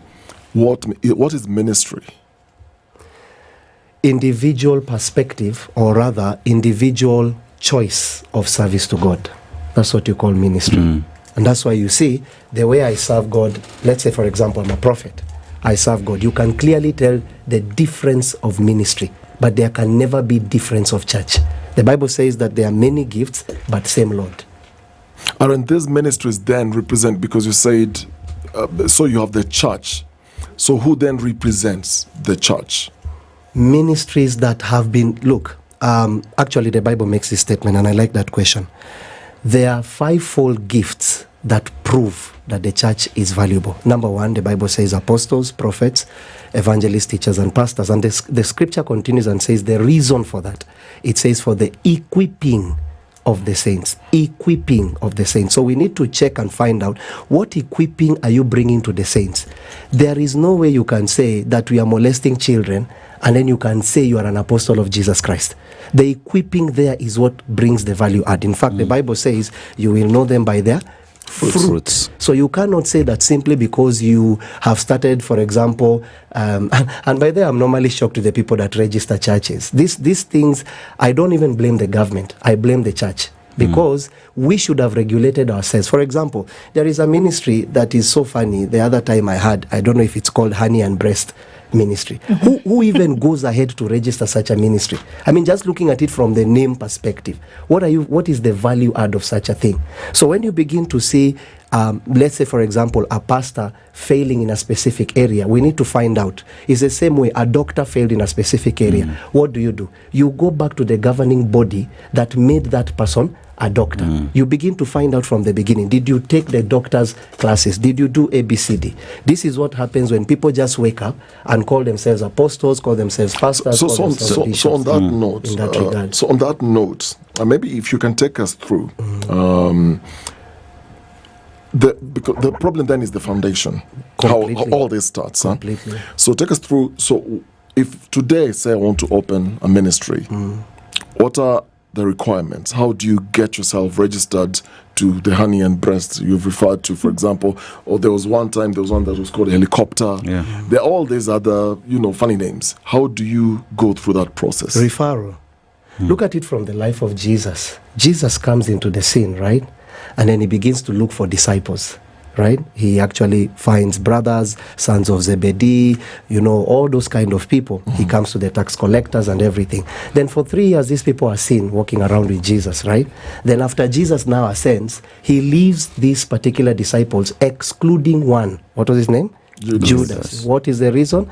Character. Judas had a character issue, so he was already excommunicated from that platform. Now, if you look at the people that Jesus left, are people that Jesus trained. The question I would like to ask you, Apostle, who trained you? Because when you ask this, most of us pastors, we just wake up with the mindset of, it doesn't matter, Jesus called me. God, yes, puts the calling, but you must be sent for a training. Get the difference. God called Saul, later changed his name to Paul, but if you look at him carefully, it was the ministry of Peter that authenticated the ministry of Paul. But when you don't read these things, now look at it from the point of Elisha. It was the ministry of Elijah that authenticated the ministry of Elisha. So coming to today then, I wake up today and I say I have God's calling. I want to open up a church or ministry.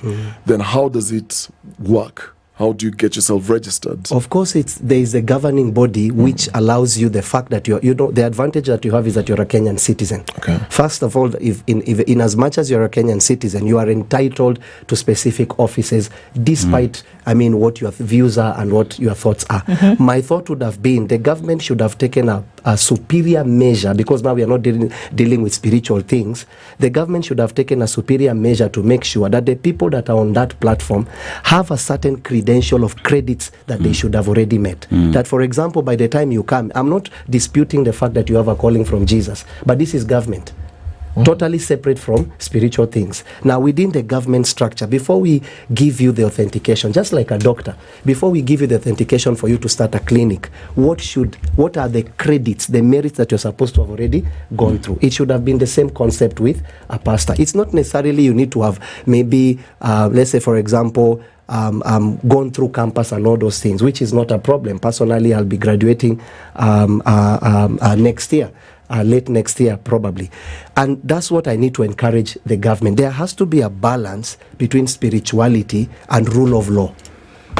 So there has to be a very huge balance. You cannot come and say that you are exercising spirituality against a certain rule of law that is the ruling factor of the Constitution of Kenya. You can't go and tell people, for example, fast 40 days in the event of what you saw in Shakahola, and then people end up dying, and then you hide behind a pastor's gown and say you cannot arrest me because Jesus told me. Jesus told you, but the rule of law says that we should take care of life. So, Bishop, it's a question of, you talk about the church should self-regulate, right? But then again, you look at the self-regulation and the policies that have been put in place by the government as well, working together. But then again, you look at a situation where the self-regulation that ought to happen is not as strict or does not follow the ethos that ought to be followed, which then begs the question, is the bodies mandated to self-regulate the churches failing working together with the government in ensuring that we have all these rogue churches and individuals within the system? Completely failing. I mean, if I come here in SpiceFM, there are already rules and regulations. There are do's and don'ts. For example, I've seen so much protocol entering here. Already that tells you this is a no-go zone. If you want to show value of something, there has to be rules. There has to be regulations. The problem I have with, and this has landed me in trouble, and I hope I will try to find around it. But the problem I have with old ministers is that it's a problem. It's not a problem until it's your ministry. When you say old ministers, Bishop, are you saying people in age, or are we talking about the institution that has been there for some time? Both. Okay. Both. Because let me ask you a question. You see someone behaving in a certain way and then claiming to submit to a specific person. Couldn't that person call this person to order? Who trained you? Lawyer, who trained you? Nurse, who trained you? How comes it's only the body of Christ that pastors are pastors without any form of training? What do you expect to gain when you finally bring a pastor seated on such a platform? I've been ministering for approximately 15 years.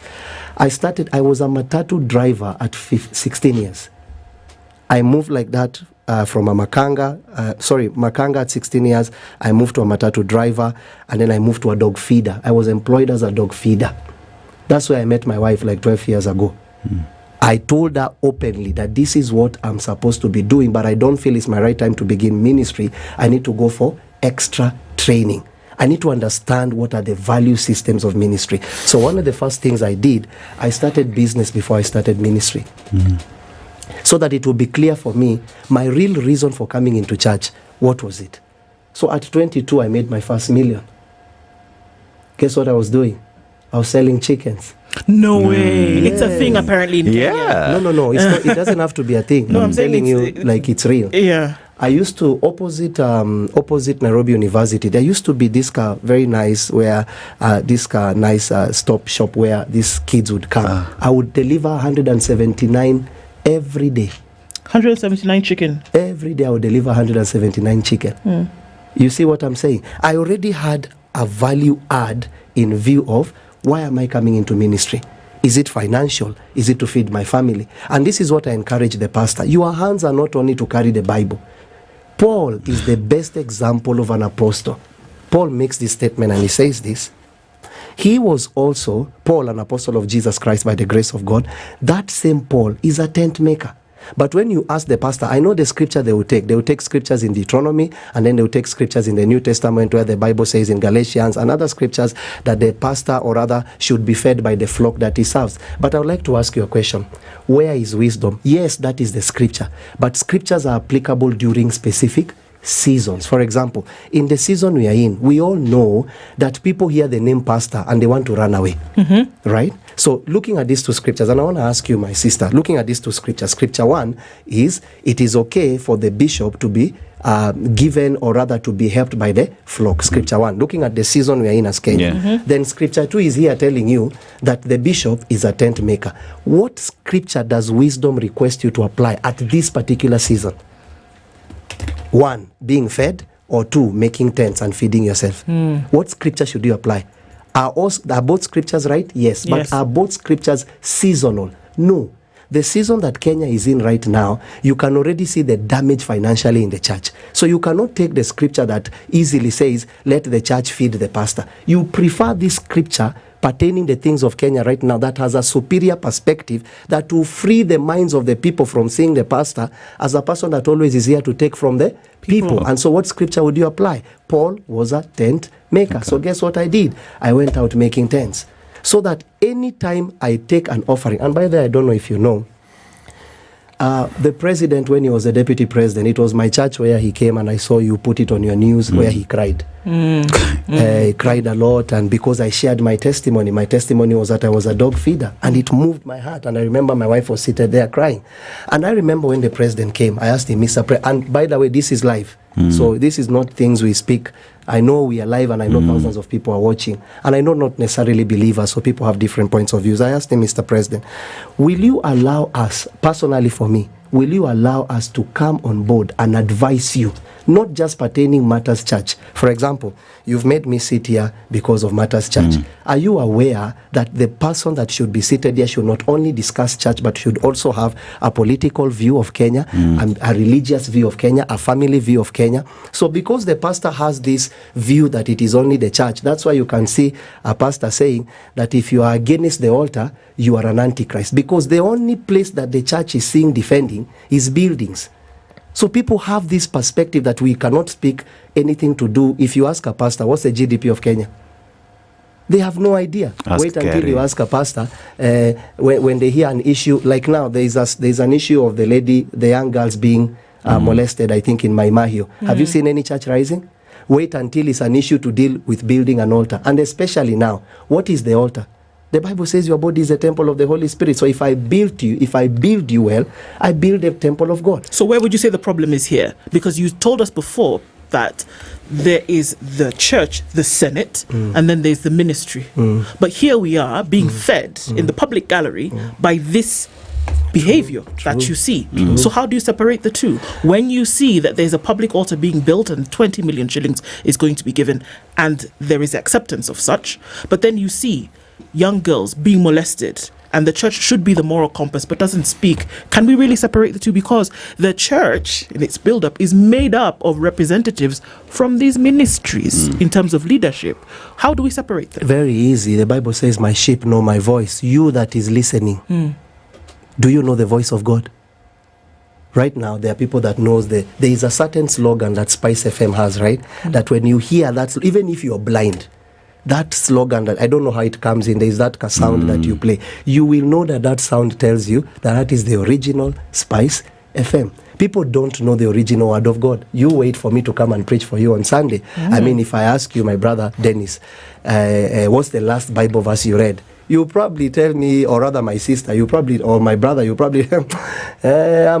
I'm SDA, I'm Seventh Day. I did not ask you that. I asked you, what about God do you know for yourself? So people have a way of hiding within this particular platform, number one. Number two, the Bible says in those last days, there shall come false prophets. When you begin to interact with real information, it's easier for you to know false information. Let me ask you a question, Dennis. Have you ever seen, what's the highest note in Kenya? The highest note? 1,000. Have you ever seen a 10,000 fake note in Kenya? No. Why? Doesn't exist. Doesn't exist. So why? You know the original. Yes, I do. So you don't know the word of God. We don't know the word of God for ourselves. We don't read the word. So it's like someone coming and telling you, this is 10,000, go and buy. The reason why you say no is because you've already interacted with what? The 1,000.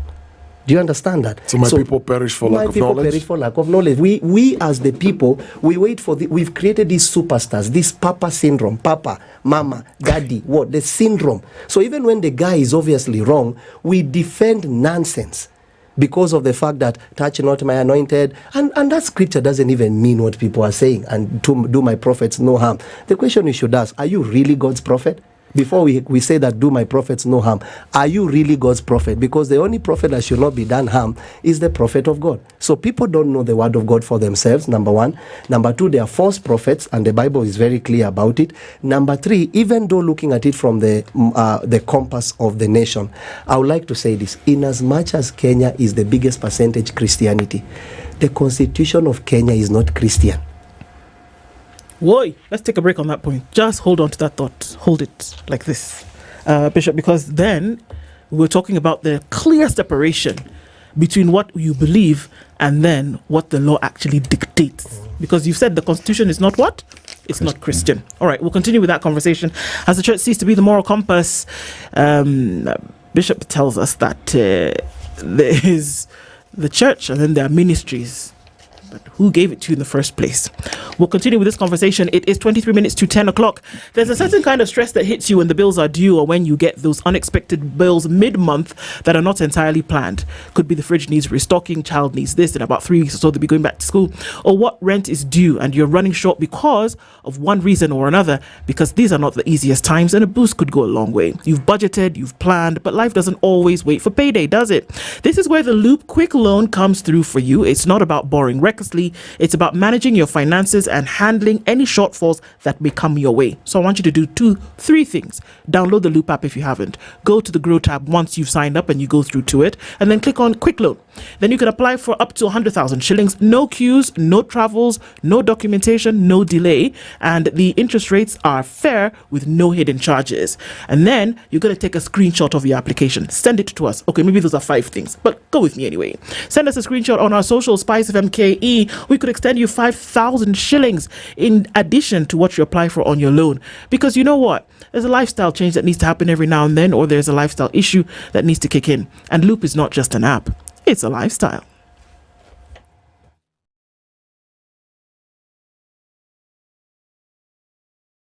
This is the Situation Room, the only way to start your day. Buda, landlord amenipea deadline ya leo. Salon nayo imechelewa. Junior amekuwa msik. Yani drama iko kila mahali. Bro, wacha pressure. Loop iko na quick loan, unaweza get straight to your phone. That's right. You can now sort out unexpected expenses with a new quick loan on Loop. Borrow up to 100,000 shillings and repay within 30 days. No paperwork, straight to your phone. Simply go to Grow on your Loop app and click quick loan to apply.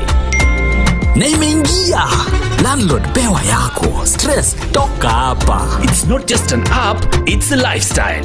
Why wait? Loop it. Download Loop today. Loop is regulated by the Central Bank of Kenya. Mature, intelligent talk every morning. Spice up yourself.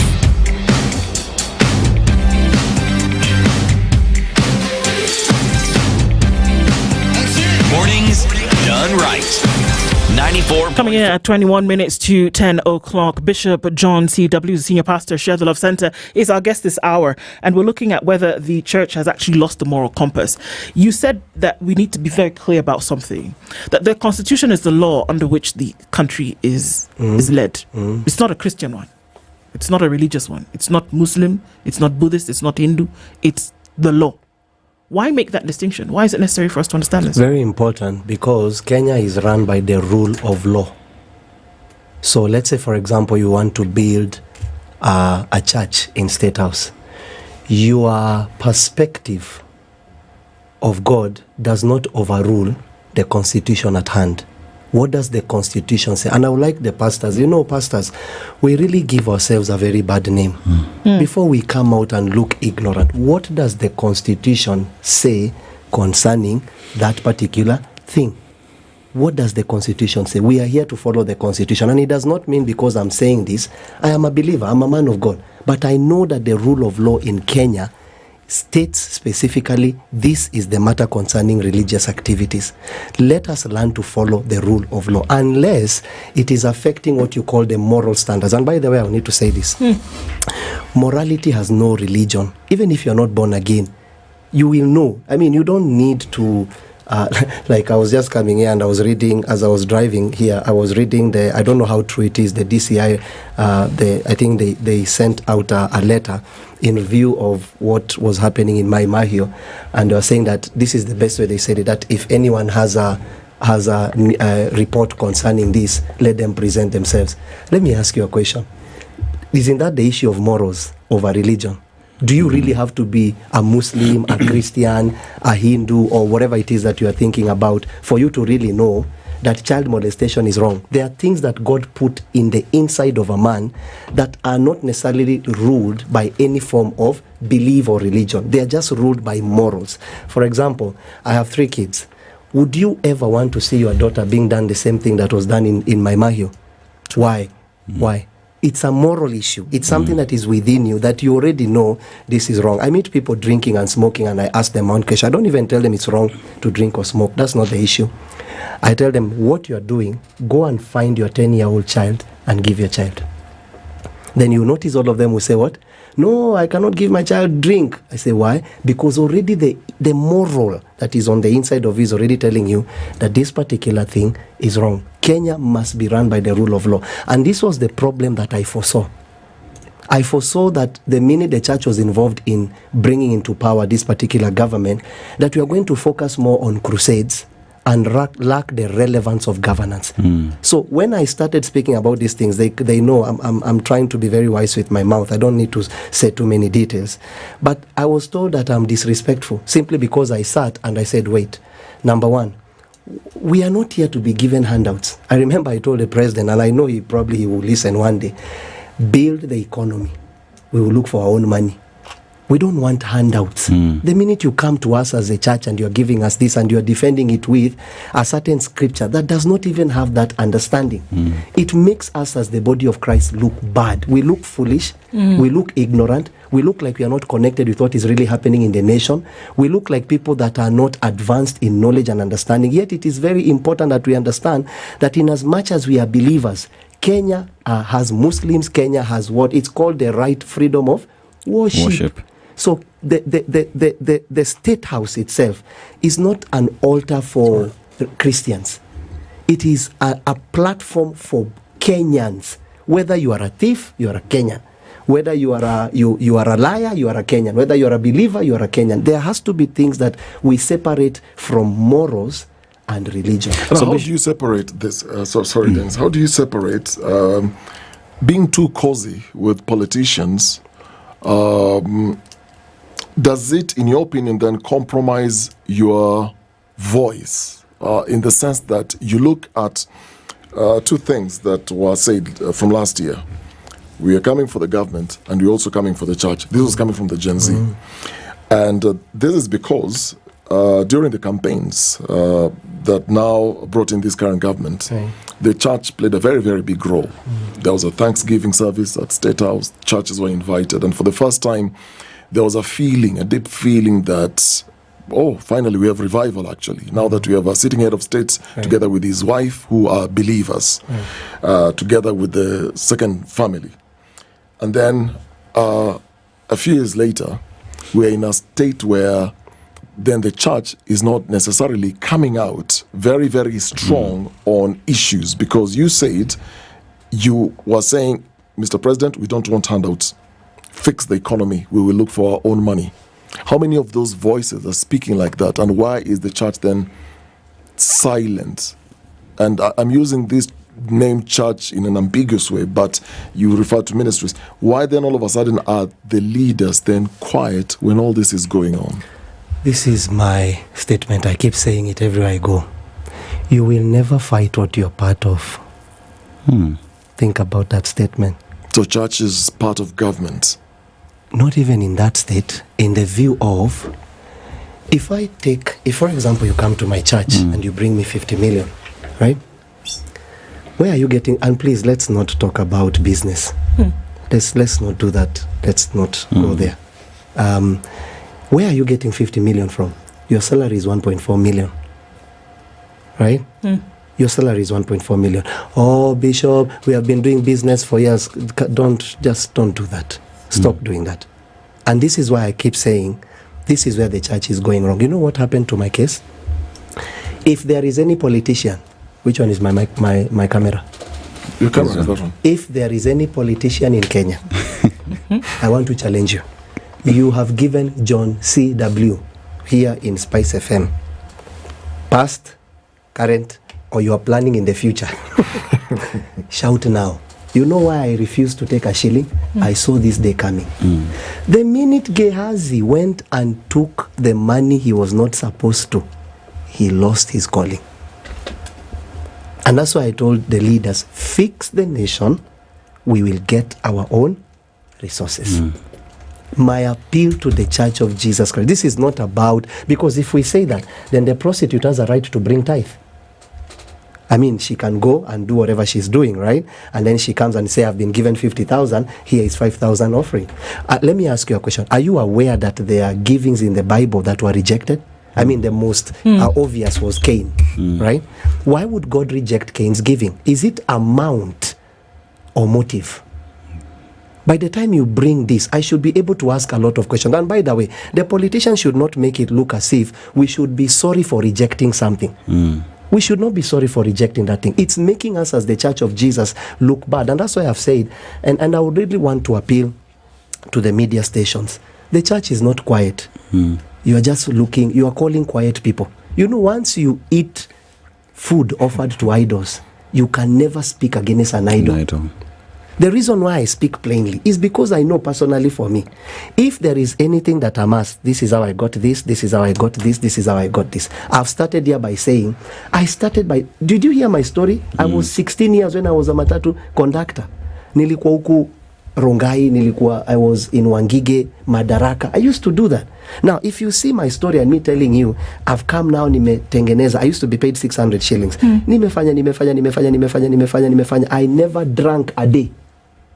I never womanized a day. And men are here and anajua atajikaza. You know, the easiest ways men lose money is women. How do you work? I mean, I have a construction company. And by the way, I have a staff of almost 100 people. So I have a right to speak the way I'm speaking. So don't just think you have called a pastor here.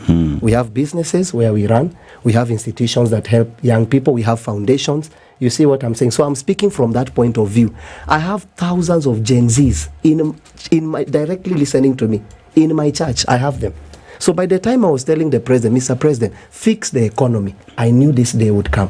You know what some of the pastors told me, even now some of them, you are proud, you cannot speak to the leader like that. I said, listen, in as much as we have put this government into power, let's focus on ideologies that will shift the economy, not crusades.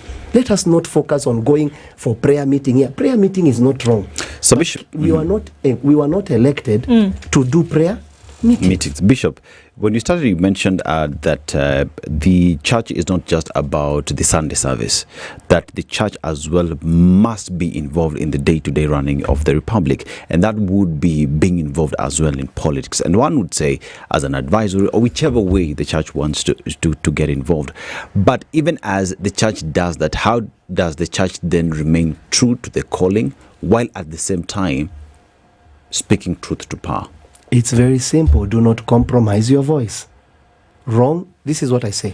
Wrong is wrong, even if 1 billion people do it. And right is right, even if no one does it. We should be able to stand on right as our value. What is right? And whoever who is wrong, whether be the president, be you Dennis, or be me John C.W., we are wrong. And by the way, I need to say this. Castigating the church because of a specific person is wrong. It's like saying, by the way, let me ask you, have you ever been sold bad meat all your life? Like, have you ever gone to a butchery and then you notice the meat was not fresh? Yes. So let me ask you, was that the day you became a vegetarian? No, not yet. What did you do? Two things. You either go back and complain, or number two, you change the butcher. You change the butcher, right? So this is the context that we need to understand as Kenya.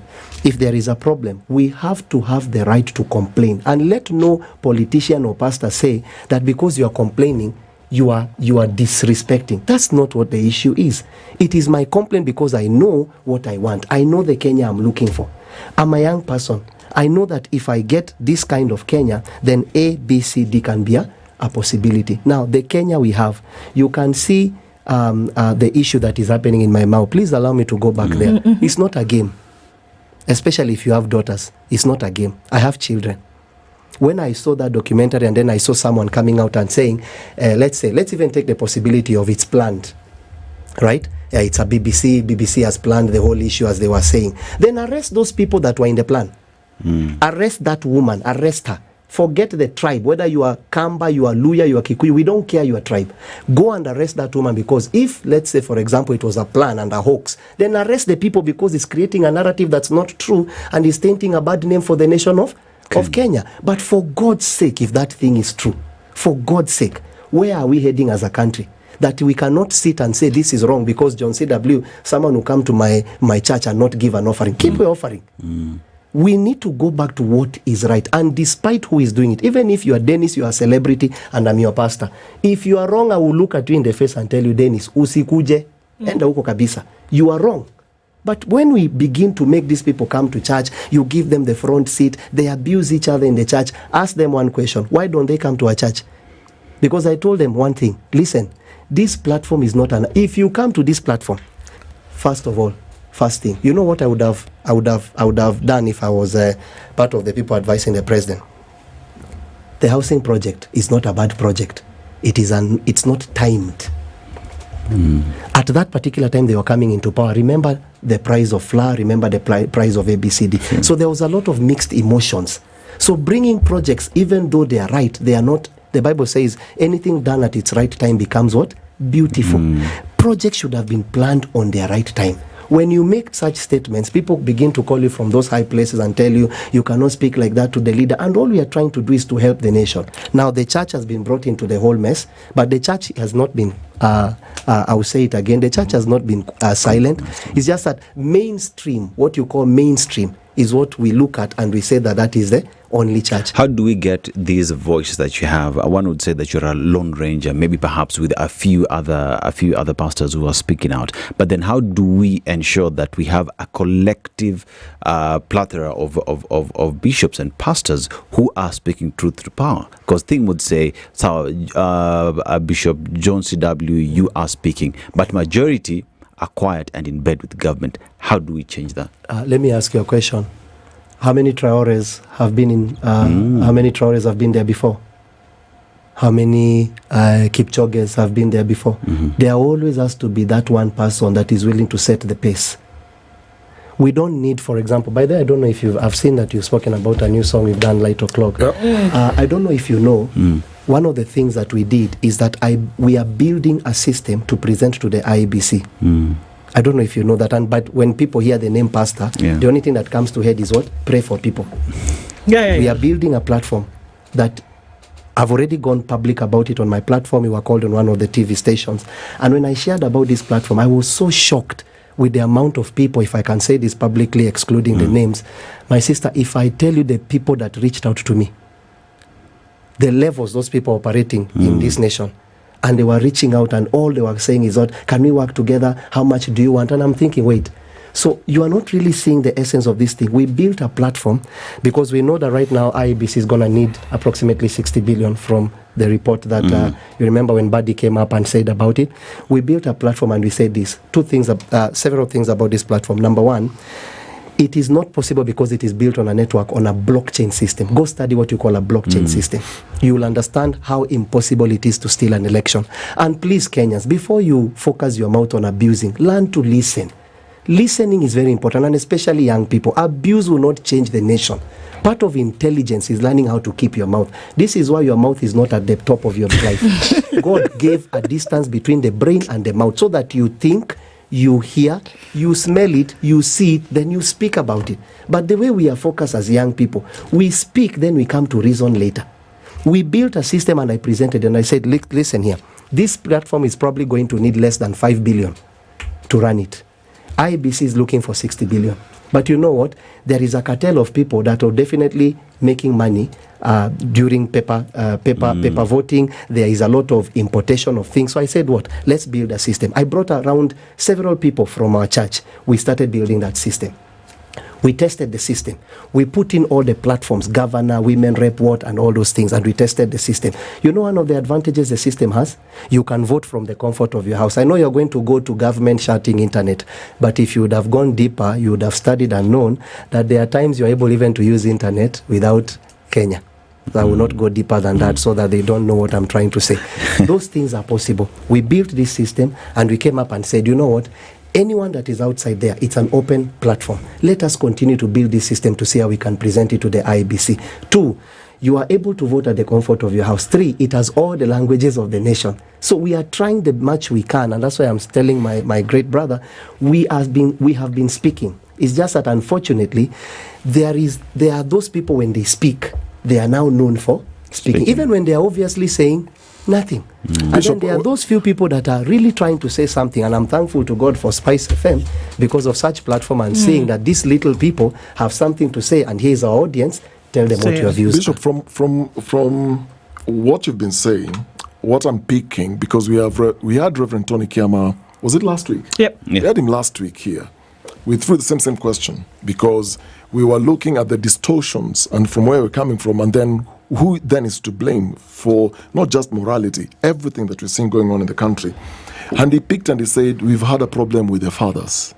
We've had a problem with the founders who have ended up then having mafia lookalikes or cartels around them. And so therefore you really can't penetrate. And I'm hearing you say several times that those at the very top. Who exactly are you referring to? And do we have a problem then with, for lack of a better word, the founding fathers then of the church, because they're the ones who are really outspoken, they're the ones who are in these councils, they're the ones who call press conferences, they're the ones who essentially talk on behalf of the church. Is there an issue, a gap between what they believe, what they say, what they stand for versus your likes? Because you are young, I can tell. Kiama is also young, and there are several other young pastors who are emerging with a certain sound, and they're speaking to power. You see, let me first of all, I did an analysis. How many African companies manage to go beyond 30 years, or rather 50 years, or like Coca-Cola over 100 years, and they are able to transition inheritance? Why are Indians great at what they do? Just one word. For what reason? They are able to pass on. The church has been we start, for example, my ministry is Share the Love Center. I operate my ministry landlocked, like Uganda. You understand? I mean, there are no shores to my ministry, so no one can come from any other. I want to seclude, I want to separate. This is my ministry and all those kind of things. And so the old prophet does not know when it's time to let go of the mantle.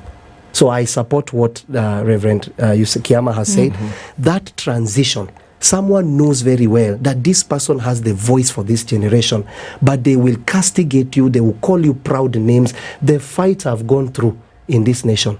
And you know, I'm not shocked because Jesus says he came to his own, but his own did not accept him. Sometimes you sit and you wonder, listen, older pastors, you can clearly see that this is the right person for the job.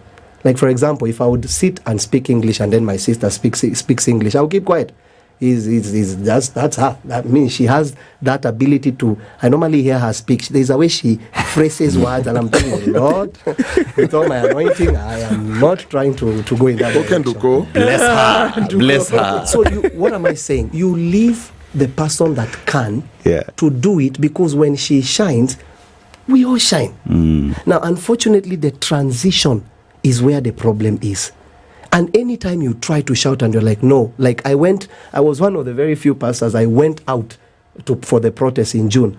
Do you know how many young people listened? How many young people listened? They're like, Bishop, so you mean you can come to the streets? I'm like, yeah, what's the problem? Guess what? The people that were attacking are the people that are calling themselves the leaders. And I'm like, wait, Couldn't you see the real reason why we went to the street? So that these kids cannot say that they are voiceless. We have a problem of inheritance. Mantles are being taken by force. There are very few fathers, and they are still there. There are very few elderly men that can come and say, by the way, I see, Dennis, you have a gift. This is the platform I've created. You know, we are running ministry as family. So I have to raise my son and give my son. And you can clearly see your son wants to be a doctor. Your son wants to be a footballer. He has no purpose of being. But this mentality of this is our ministry and we have to raise it at us. And if even though you are obviously the one for the season, what does it mean for me to hand you this newspaper? I'm the one that wrote it. Now I'm handing it to you. Let me ask you a question. What I took 50 years to build, will you really take 50 years now that you have a manual, you have a guide? Nope. You take shorter. Yep. That is the problem we have. And it's not just the church, political transitions. You can see someone is clearly old and dying. And this is a young person coming up. This person has the intelligence, he has the knowledge, he has the wisdom. But to transition that mantle, the gap is between the elderly and the young in view of transition. And lastly, even to the young people, that the Bible says that do not let anyone look down on you because you are young, but set an example. Are we setting an example? If this Kenya is left to us, we that are busy, like now I call you a dog, who is really a fool? Don't you know how a dog looks like? Surely. Why would I waste my mouth calling you a dog? Am I not a foolish person? The people that we are saying, we young people, fine, we have come here, we have saying so and so must go. Have you sat down to ask yourself one question? Who's the replacement? Because you can remove a devil, or rather a demon, and replace it with the devil himself. Young people, let us go back to values, morals that will be able to change us from the inner person. And if we do that, change is inevitable. Well, I mean, not much more that you can add to that. These are the conversations that we should have. I want to thank you so much for being here with us this morning. Bishop John C.W. is the senior pastor at Share the Love Center, talking about real stuff this morning and having that conversation. We continue. That's what we do here. Thank you for joining us this morning. We look forward to the next one. Indeed. Good morning, everybody. 2 minutes past 10. We'll talk again tomorrow. Have a good day. The latest news from around the world. 94.4 Spice FM.